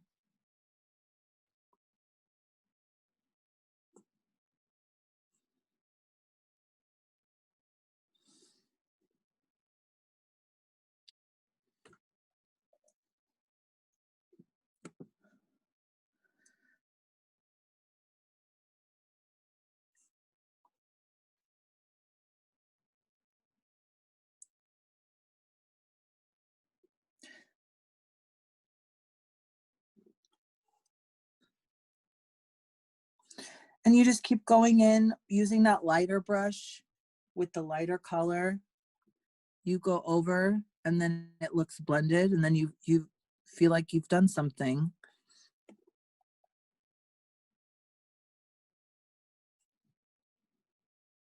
And you just keep going over. Now, this is one thing where you don't overthink. If you're spending a lot of time on this and you say, you know what, it doesn't matter, just move on to the next thing. You know what I'm saying? Now here's where we do cut crease.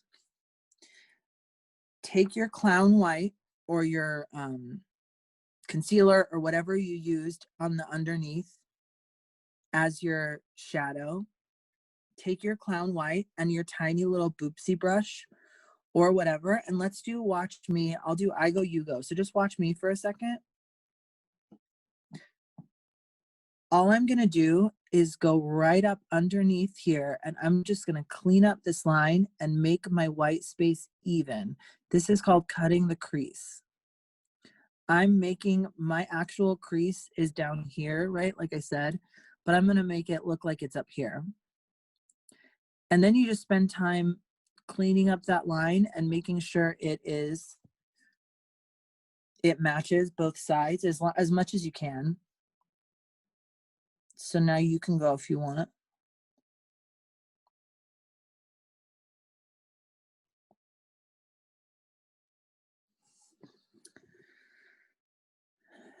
Don't be too precious. Don't be afraid to mess up.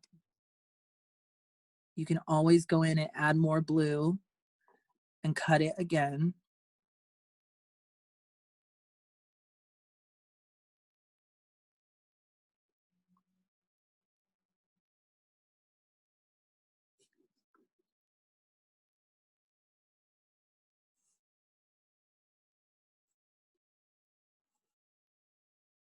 Does anyone have any questions or concerns?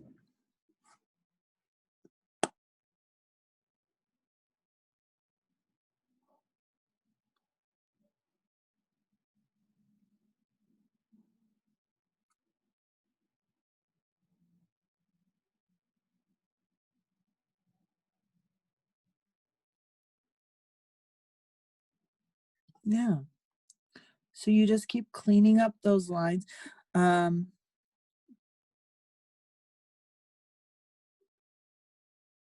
Product accumulated at the bottom of my natural brow.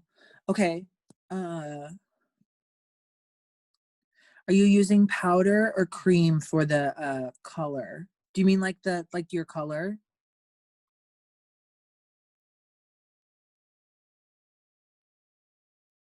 You can take yourself off mute. Yeah, I was trying to find the mouse to take myself off mute. Yeah, I feel like right here, and I don't know if you can really see it, but it's like, I felt like a lot of the powder, The color. eyeshadow, like kind of really accumulated there. I don't know. And maybe it's hard to see because I used concealer instead of a clown white too. No worries. Yeah. So just take your initial brush. Mhm. Can you kind of like spread it out a bit? I Just can kind of- certainly try. Yeah. And then if you have yeah. Yeah. Okay. Yeah, just keep doing that. And then once you have done that, then you can go in with your white powder and set the white underneath. I just use my little white fluffy brush that I used on my nose and under my drawn on eyebrows. This is essentially just slapping some color on and then cleaning up lines.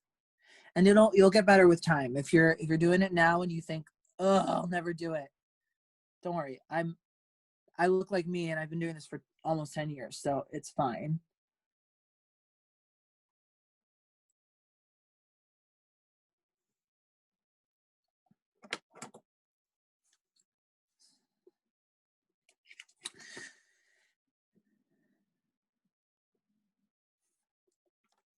You also learn when you do makeup. I mean, this might be, if you haven't done makeup all your life and you just start, you learn real quick where your face is uneven.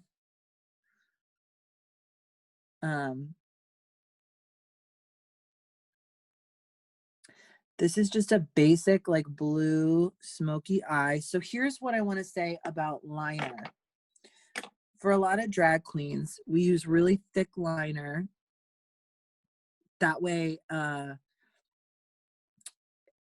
like for instance, Trixie Mattel, if you know what she does, she just covers her whole lid in black. I have smaller eyes, and they don't open very wide, so I like to do liner a little smaller. But for the sake of today, here's what I do. I have this angled brush. It's a tiny little angled brush. And I have a black, any kind of black eyeshadow. And you can fiddle with your eyeshadow if you want. You can keep working on it, but I want to get to this real quick because this is kind of a big part. This is what makes it good. I'm gonna map out where I'm gonna put my actual eyeliner on my eyes. Because I'm gonna start with powder, it just helps me, it's less definite. It's like writing in pencil before. I don't know why, because it's not the same. So here's what I want to say. A lot of people, it's a choice, but I'm going to show you how I do it. A lot of people will kind of cover their whole lid in black and make this big shape. That makes my eyes look really small. So I'm only going to do really tight to my line. But do you see here? there's my crease and there's the end of my new crease.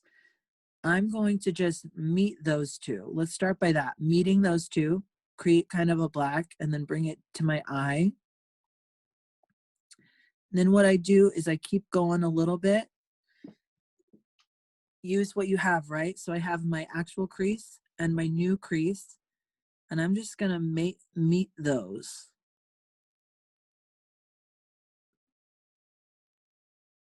And I'm gonna keep going in until I have a cute little wing. And sometimes I'll bring the black into my crease. And if I messed up and get a little bit, I can always go back in with cream because cream will cover powder. This just defines it. And from far away, it's gonna look really, really deep, like a deep and beautiful crease. And I'm just gonna keep going until the idea is you want your wing to be in line with where your actual brow ends. Not the actual brow, but the new drawn on brow. And this is a black. I'm starting with a powder, but you can go in with a pen if you want.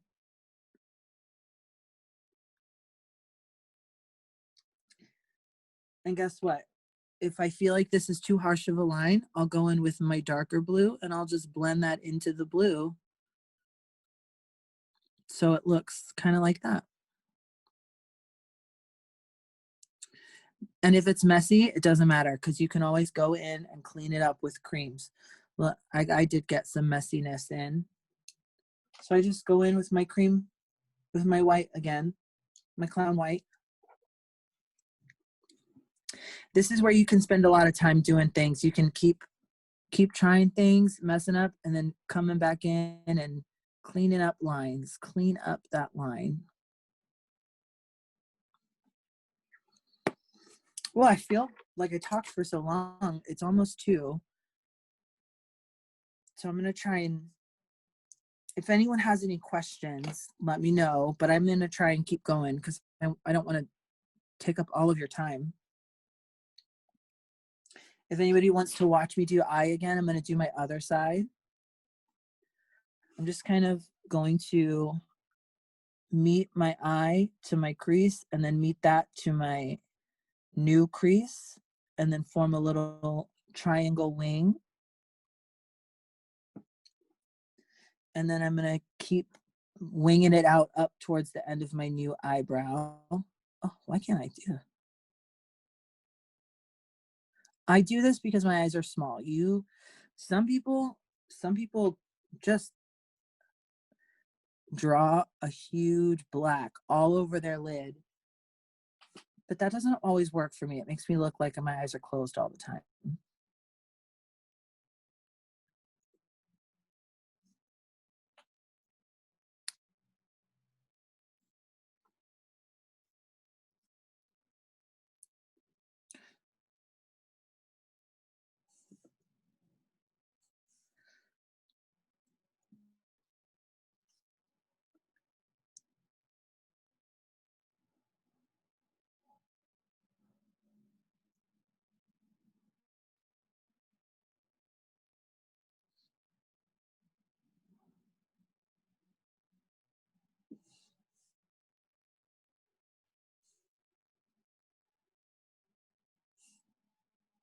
Yeah, and you keep going. I take my dark blue and I blend that a little bit. I just move it over the black on my crease. So that way, from far away, it looks really defined.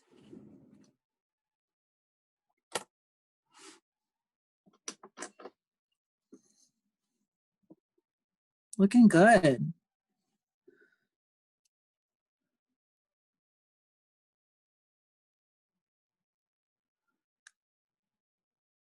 Yes, honey.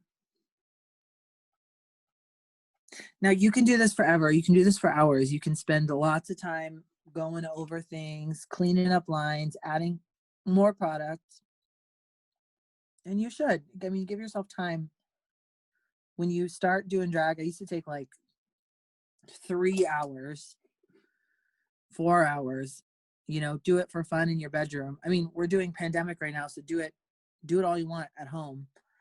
And then you'll kind of learn how fast you can do things. Although I will say, once you kind of get a handle on what you want to do, start challenging yourself by saying, oh, well, I challenge myself by being late to everything. So challenge yourself by saying, okay, it takes me 2 hours. I'm going to do it in an hour and a half today, because it forces you not to second guess. It forces you to say, I'm just going to do this and I'm not going to judge or second guess.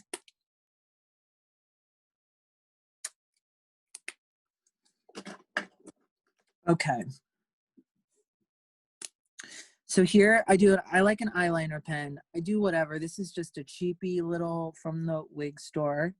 And I'm basically just going to go over where I went, but with the only exception of, I'm going to start at my outer corner, go to my crease. Let me do it this side. And I'm just going to bring it in.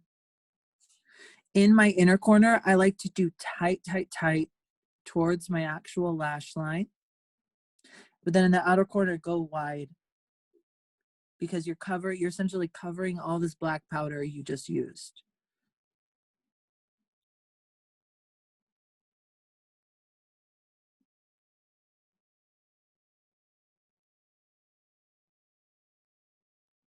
Liner is annoying. It takes a while to get used to. If you are not used to using makeup like this, it takes a while.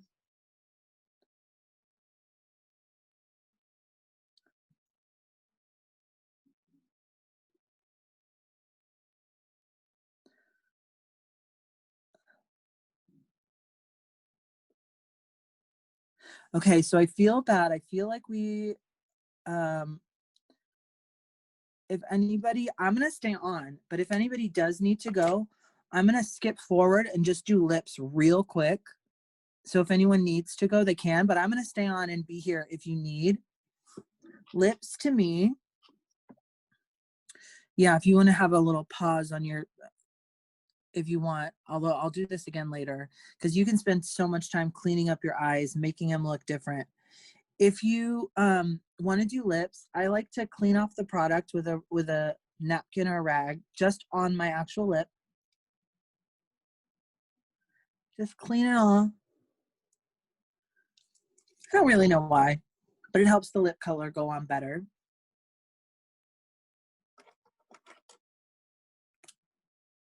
And then I take a lip pencil. So here's what you want to do. When you're exaggerating your lips, you're not just doing a big circle around your face. I think what works best till you figure out how to do is start from the outside in and start at your actual lip line. So my lips are very tiny in the corners, so I'm going to start there. It's my actual lip right there. And then if I want to overdraw them, I'm only going to overdraw them in the middle of my face. So you'll see the natural ridge of my lips is right here. But I have small lips. I want to make them bigger. So I'm going to go up a little bit and I'm just going to copy that same line and then use what you have, right? So it's the same.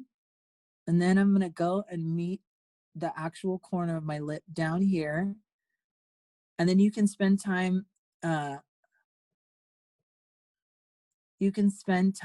curving them out if you want to do like a Cupid's bow.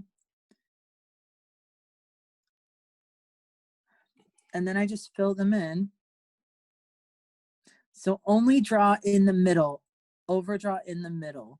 Don't overdraw on the sides. That's a personal preference, but I think it helps you look more polished from the start than, same thing down here. This is my actual lip. I'm going to go a lot lower. And then I'm just going to meet my real corner to that. I like to put it on with a lip pencil, and then I like to take a lip brush. Sometimes these cheapy dollar store ones come with a brush on the end, and that helps me clean up lines.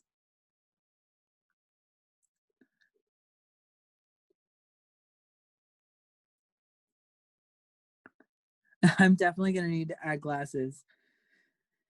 No, you're not. No, you're not. You're not done yet. Don't judge until you have all the evidence. You would be a terrible judge. Okay.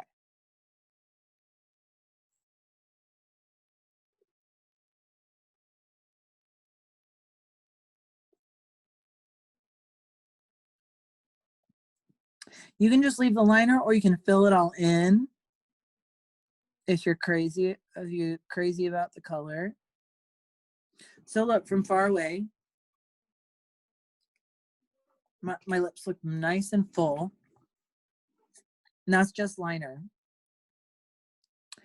Now, because we used creams, if you have a boo-boo or a mess up or you want to clean up lines, you can just go in, clean up the line like we did with our brows.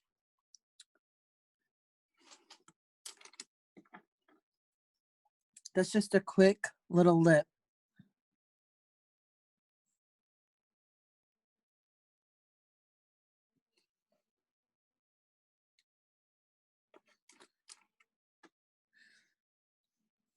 Does anyone have questions, concerns?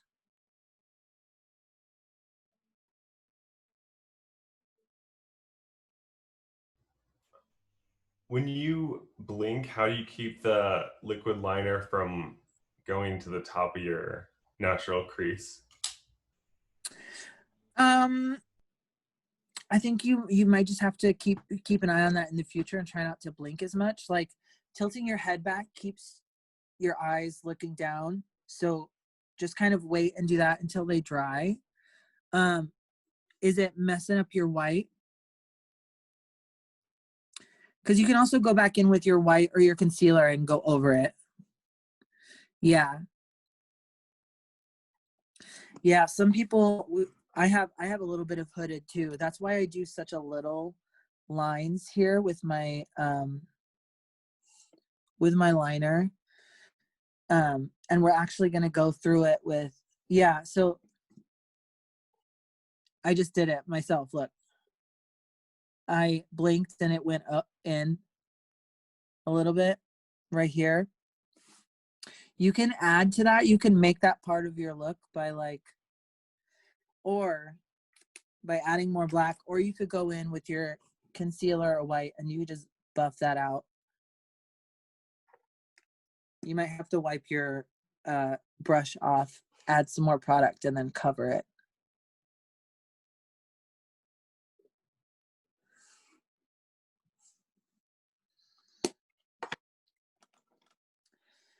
Or if you decide you don't like this, if this isn't for you, I'm going to show you what it looks like to just do a little more. So what you can do is you can take your, so we did a line from the end of our eye up a little bit to the wing. Now what we can do is take the end of the wing, go straight in. This is only if you want a bigger liner, a bigger drag like Trixie Mattel. Go all the way in and cover that brow into the inner corner.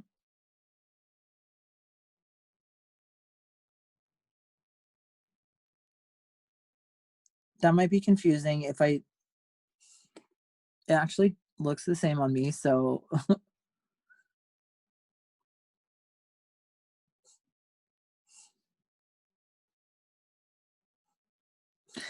It's so hard because like makeup is like, I can tell you what to do, like draw lines on your face, but your face might be different than mine. So it's important to not be too hard on yourself. If you are doing something and you're like, this isn't working. Thank you, Sheffield. I'm so sorry we ran long, but this is going to be recorded. So come on back and watch the rest of it if you want. Oh, definitely. Definitely. No, this is fascinating and super helpful. So I'll catch the recording. Have a good afternoon. Thank you so much. Thank you. Bye. Thanks for being here. Bye.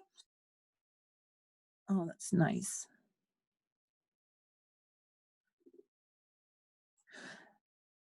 Okay. Oh, yes, Kristen.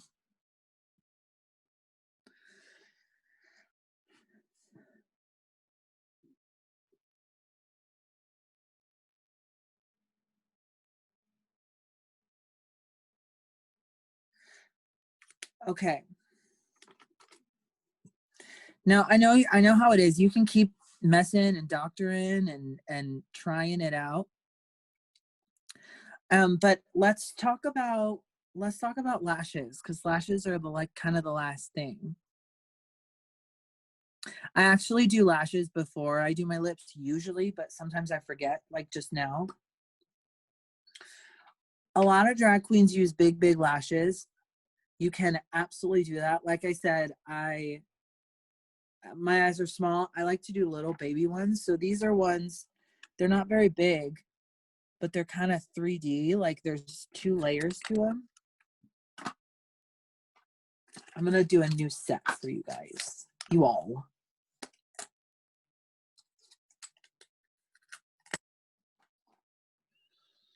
So there's like 2 layers.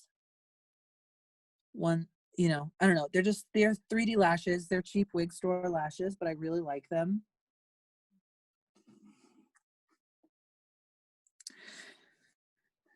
So I always start with mascara before you mascara, especially the top of your lashes.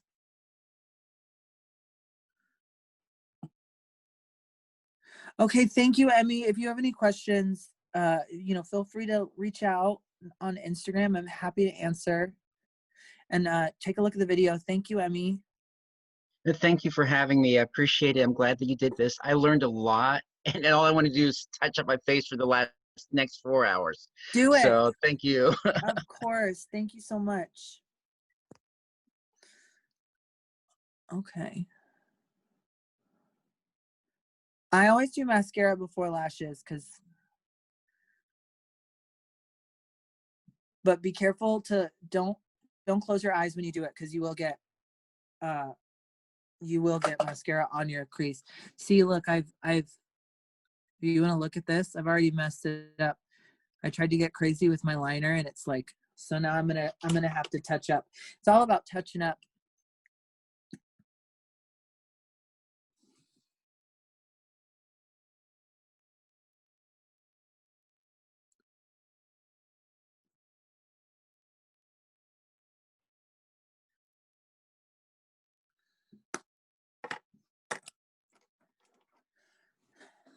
I'm gonna be honest.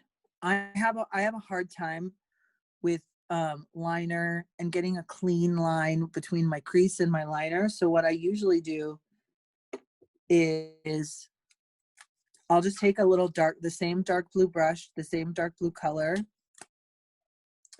and right here where I'm getting like, you know, it's not clean, the inside corner of this lash, if you want to look, I'm just gonna go right in here, right in the corner, and I'm gonna blend a little bit of color right there so it looks like add some dimension, and it makes me have to be less precise.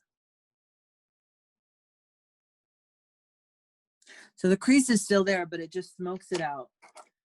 And now look, I've gotten blue on my liner, so I got to go back and do more liner.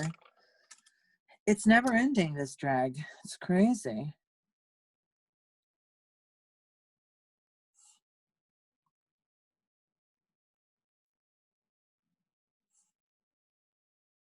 And once you get the basics, you can start playing more.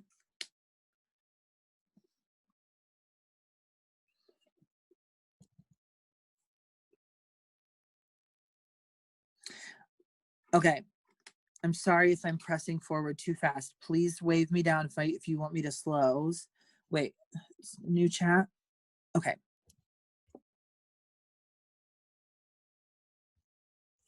Okay, so lashes.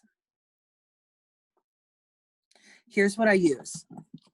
I think it's okay to use. It doesn't really hurt me, but you can use a regular lash glue, like one of these little guys you get at the drugstore. This is specifically for lash glue. I always get black because I'm putting it on black liner. But I tend to use this because it's more product. This is Hair Bond. Maybe don't start with this if you've never tried it before or if you have sensitive eyes. My eyes are really sensitive and they're fine. I take the top off. And this is really gross. Not gross, it's healthy, but I do it anyways. I take an alligator clip or something. You can use the end of a brush or a stick or whatever. And to apply the glue to the lash, let's do a eyes on me. I put a little glue on something else. And then I drag the glue. Here, take a look at this. I drag the glue. So this is the inner corner. This is how it's gonna go. On the top, the tippy top of the lash, and then on the edge of the inside. So I just kind of drag it along, but I want to focus on, focusing on getting it on the top of this one, because that's going to help it stay upright. Does that make sense? Do you need to ask questions, or here, I'll do the other one. So now the outside, it's going to go like this. So I'm going to do the top of the outer corner, and then the straight inside. Oh God, I don't even know if that looks good, but whatever. Looks like that. And I set them to dry. I don't put them right on right away.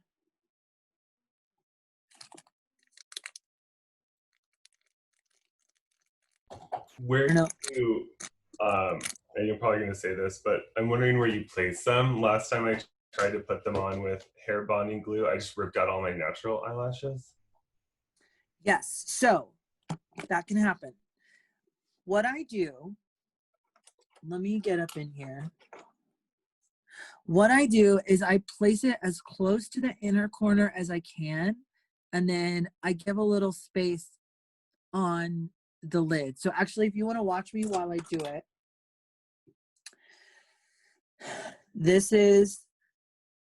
that's why I go for these little ones.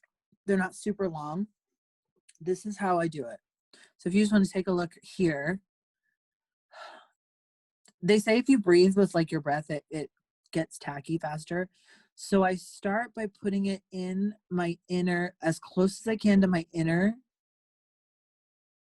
And then I press it in and up on just above, like almost where my actual crease is. A lot of people don't put their lashes right on their lash line as a drag queen because, so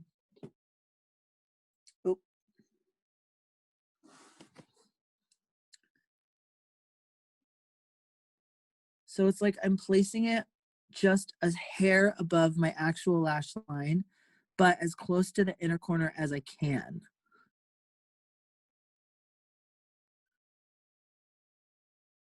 Some people cut their lashes in half to make it easier. I think I took too long and the glue is dried, but also a newer pair of lashes is going to be annoying to put on.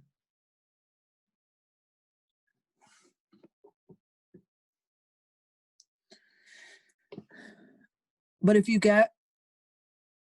mess up or you get glue on a part of your eye, like the white part or whatever, so you can kind of see it's above my lash.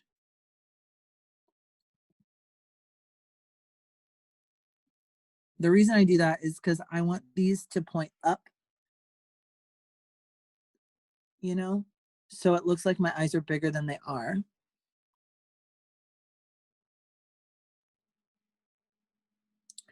If you look up close at Trixie Mattel, I keep using her as an example just because she's got a lot of makeup tutorials.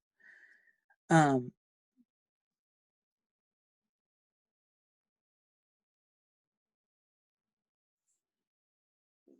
thanks, Mike. Oh my goodness. Camille, will you text Bazooka? He's annoying me. Thank you so much. Okay. You got it, will do. Thank you so much. Thanks, Mike. Oh my God, I didn't even know it was Mike P. Was that Mike Pence? Maybe he's a little busy right now. LOL.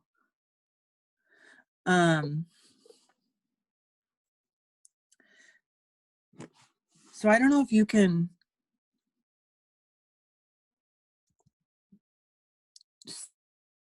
see. It's kind of close to my line. Yeah, but over it. Yeah. How are you? Oh, Kristen, I like those lashes. So once you've done that, once you're on, they're on for a little bit, give them a second to dry. You can move on to your lips, you know.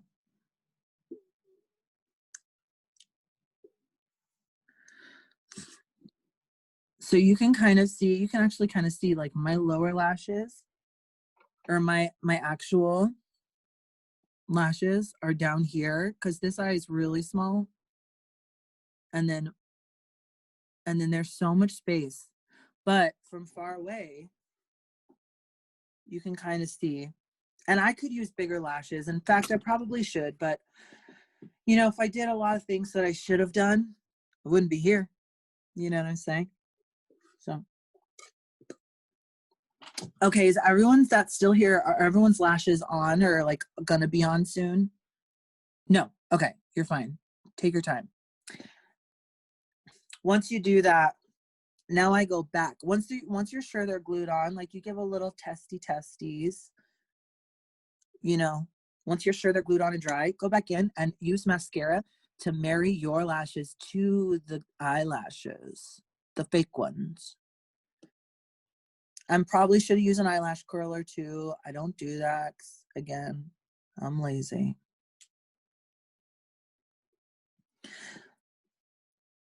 Now, if you're like,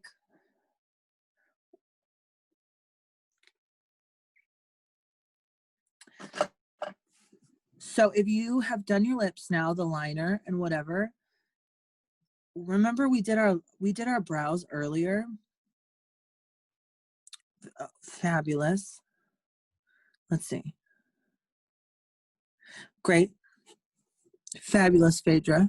So if we lined it earlier, now I'm going to take, so I would invest in a contour palette. It doesn't have to be fancy, but I would get one because they're so good with brows. I have like this one that's really old and I'm missing some stuff. I'm going to take a different powder brush and I'm just going to go in and fill in this. I'm going to powder this brow, almost kind of setting it because it's a little liney, a little, I'm just going to go in the middle and I'm just going to add a little bit of filling into this brow. So it's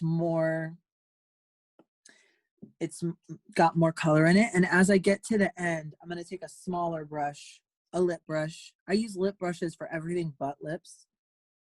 You can take a darker color even if you want to fill in the end.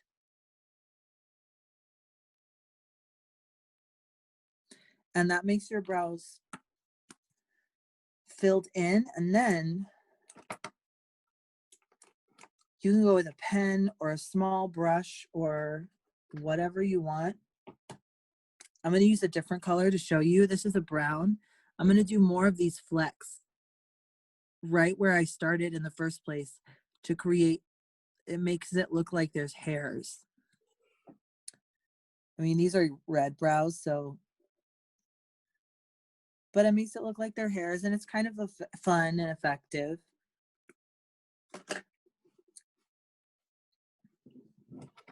Now you might be saying, Alexis, you didn't do anything to the bottom of your eyes.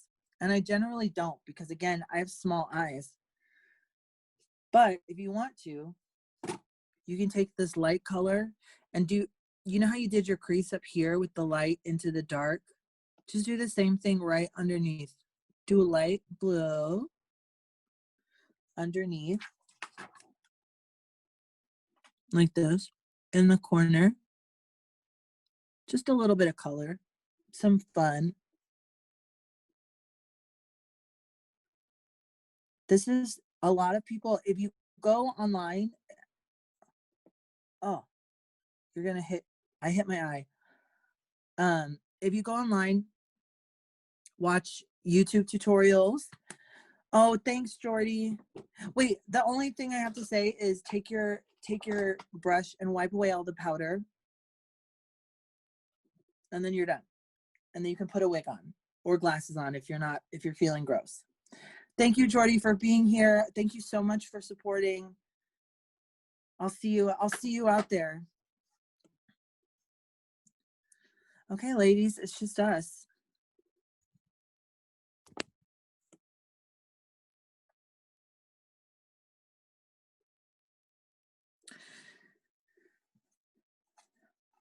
So all I did was fill in my brows. Now I'm going to fill in my lips with, I'm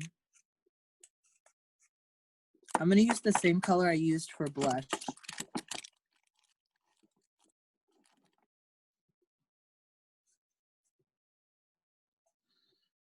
No, I'm not, because I can't find it. Oh, here it is.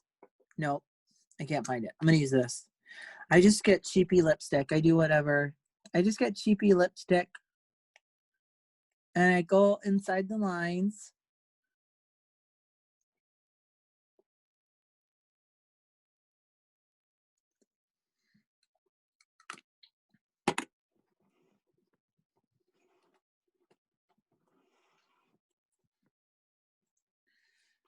Okay. If you want to mascara your bottom lashes too, you can do that. If you do want to add more blush, you can also do that now, just on the outer, where you put it on the inside. One trick I like to do is I like to do orange. Like I like to mix orange and pinks and reds and oranges. So it creates a warmer blush. And sometimes I'll do my nose too, like under my nose, because it's cute.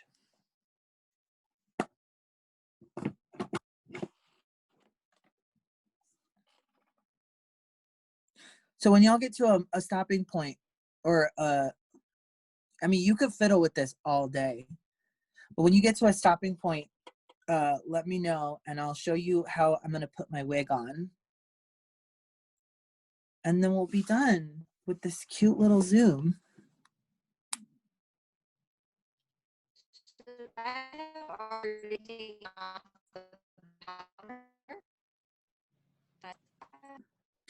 Wait, Kristen, I'm not getting a good connection from you. Do you mind typing it? I'm sorry.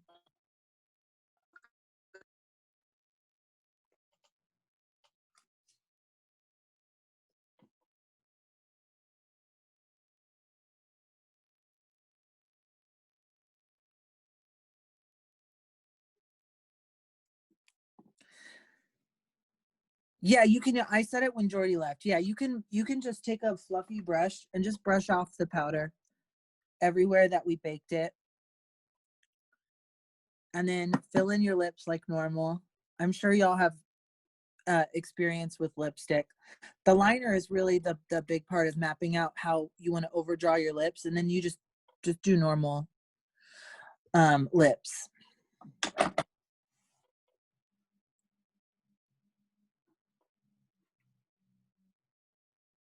It's looking good. Yes, look at the big eye. Yeah. The clown white really helps me achieve this big, bright, you know. So that's a good.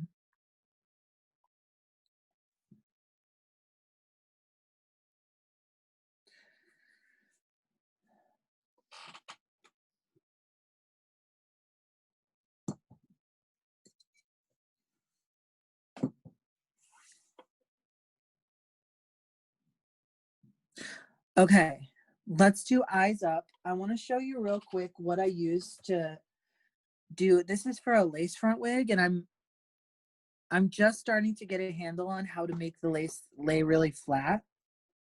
But essentially what I use is this Got to Be Glued gel. And what I do is I kind of glide it over my sideburns where the lace is going to lay. I let it get tacky for a second, and then I'm going to put my wig on. So I'm going to show you what that looks like right now. This is an old brush that I shouldn't be using, but I don't like getting my fingers sticky. Goes on clear. I'm just rubbing it on mainly over my sideburns, both of them, and then kind of up along this area up here. I've been watching a lot of TikTok. There's one TikToker called @hairstory, and all she does is video over and over about how to lay lace front wigs, how to, yeah, thank you, @hairstory on TikTok. a beautiful woman of color how to lay lace front wigs. This is the wig. I'm about to restyle her. But she says, I like to do it, like bring it overhead first and then pull it down like around the back of my head. And then take the sides and pull them over where the lace is.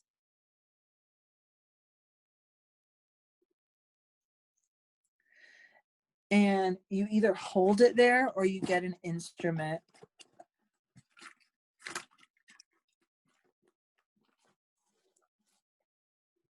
I have a little like pick, and you hold it right here and you smooth it all down where you want it. And then you can either just hold it there or you can take a blow dryer on cool, low air and cool.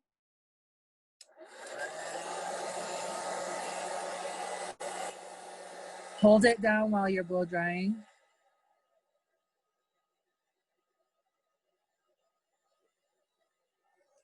Yeah. And that's kind of the ticket. And then, so you can't tell, thank goodness, but my widow's peak is right here. And then the wig starts up there. So that's why I glued it down, because I don't like it showing through, but I have a low forehead. And then you just like feel your fantasy. If you are going to do crazy, I recommend long pins like here and in the back, pulling it way down in the back and pinning it. Kristen, do you have a wig? Or are you just doing your hair? It's beautiful. Love it. So yeah, so for those of you watching later or for now, that's how you do a wig. It's the glue, letting it dry, much like your eyebrows. And then if you really, really want to get like crazy with it, pins, pins, pins. I would say, Camille, would you say like 2 X's of long pins here, here, and in the back? You have beautiful real hair. Thank you. Oh no, you're talking to Kristen. No, both of you, but Camille, I'm asking you because do you wear wigs when you perform? I do wear wigs. Yeah. Actually, I'm gonna pop my camera back on because yeah. How do you pin? I never really do dancing, so I just usually do a glue, maybe a couple of pins. But I have this wig grip thing that I really love, and it keeps it on.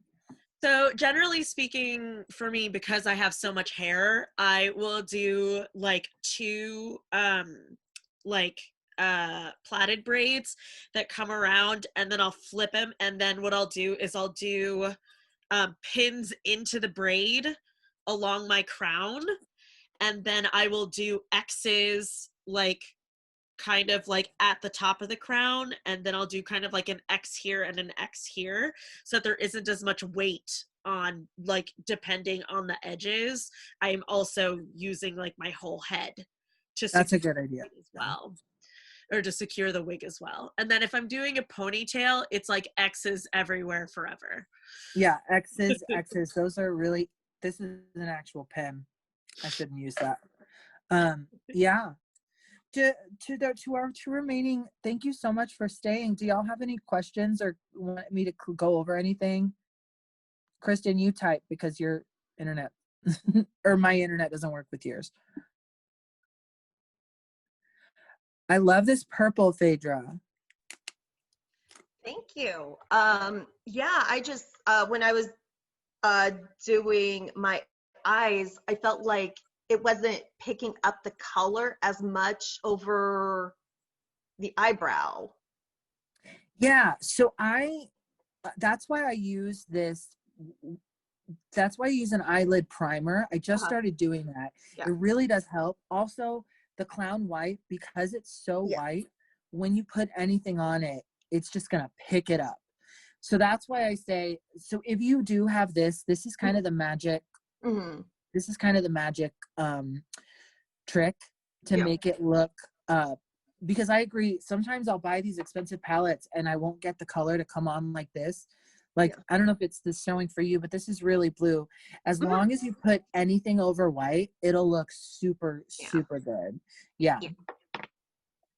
Cool. Yeah, I think the next time I experiment with this, I'll have to do it with some whites instead and see.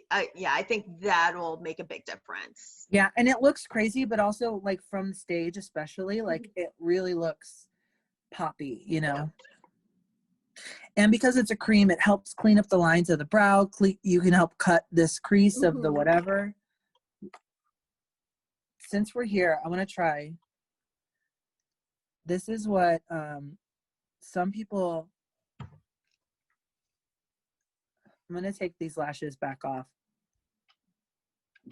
This is what some people do. Like, I need a little space up here, but some, like my friend Darby, she covers her eyelid in black. Absolutely covers. And you can just keep playing with proportion, like as you're figuring it out. It's like completely bypassing your natural crease and just drawing over it. I don't know. I feel like it makes me look like my eyes are closed. But I also think they look like that anyway, so maybe it doesn't matter.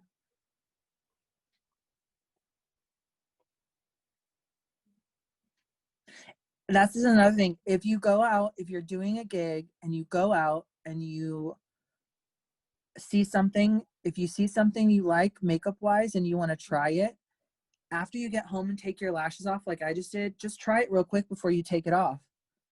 Because like now that I'm doing this, I'm like, oh, maybe I'm wrong about, maybe this is like okay, you know. It's a little messy. Also, I didn't say this to everyone, but if you're watching, if you don't like the way your liner looks, like my crease is making it look like there's a weird ridge. Guess what, babes? Lashes cover liner, literally. So you put your lashes on, you can't tell my liner isn't perfect anymore. So that's another reason. Yeah. Yeah. Anyone else? I think that's truly a crash course. Like drag is so, you can keep going over everything all the time, always. But if anyone does anyone have any more questions or concerns, feel free to reach out to me anytime on Instagram. If you have any questions or if you just want to show me your face. I love it. Yeah. Next time we'll talk about doing a mask, how to wear a mask over. Because I don't know how yet. There's not a mask that I can wear that won't mess up my makeup. Like an actual mask for COVID.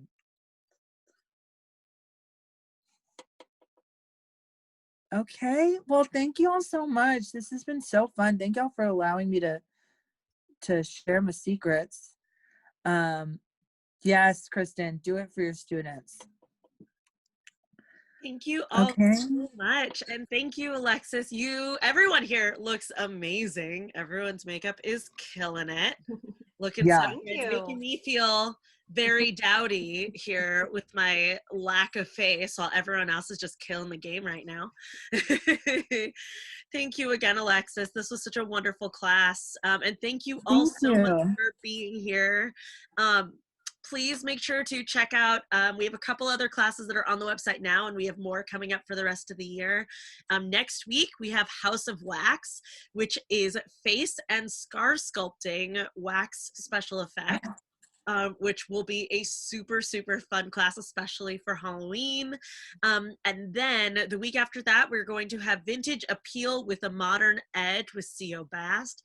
She is an incredible performer, and she just has a beautiful eye for things. So that class is going to be so, so good. Before you go, Alexis, we actually have one more question that I thought might be good to answer, which is, how do we take this off? Oh, okay. You can use makeup wipes. You can use makeup wipes. Obviously, the Neutrogena ones are good. If all else fails, just Oh, well, the glue on your brow, yeah, I mean, it's going to be a lot of scrubbing. If all else fails, do a wet rag, a clean one. This is dirty. A wet rag and some cold cream or moisturizer, or I mean, even if you have Dawn dish soap, scrub, scrub, scrub, scrub, scrub, and just keep scrubbing. It'll come off. When I do full glue on my everything, I will shower. I will shower. But if I can't, yeah, cold cream works great. Wipes if you're in a pinch or if you're at the gig and you want to like go out and you know, look different. Oh yeah, is that allowed? Venmo to tip. I'm at Alexis Bevels. Is that allowed? Chicago Academy of Burlesque. Of course it is. Please do. Okay. Yeah, I'm at Alexis Bevels on Instagram and Twitter and Venmo. And yeah, so scrub, scrub, scrub. I use one of these makeup wipes from Amazon that they're a cloth and they work really well. Darby showed me them. But yeah, makeup wipes or just a rag, a hot rag with cold cream. Yeah. That's it. Perfect. Taking this right back off. Heck yeah. Perfect, everyone. Thank you all so much again for being here. We hope to see you for more of our Cab Lab classes. Have an amazing Saturday, and we will see you next week. Bye. Thank you, guys.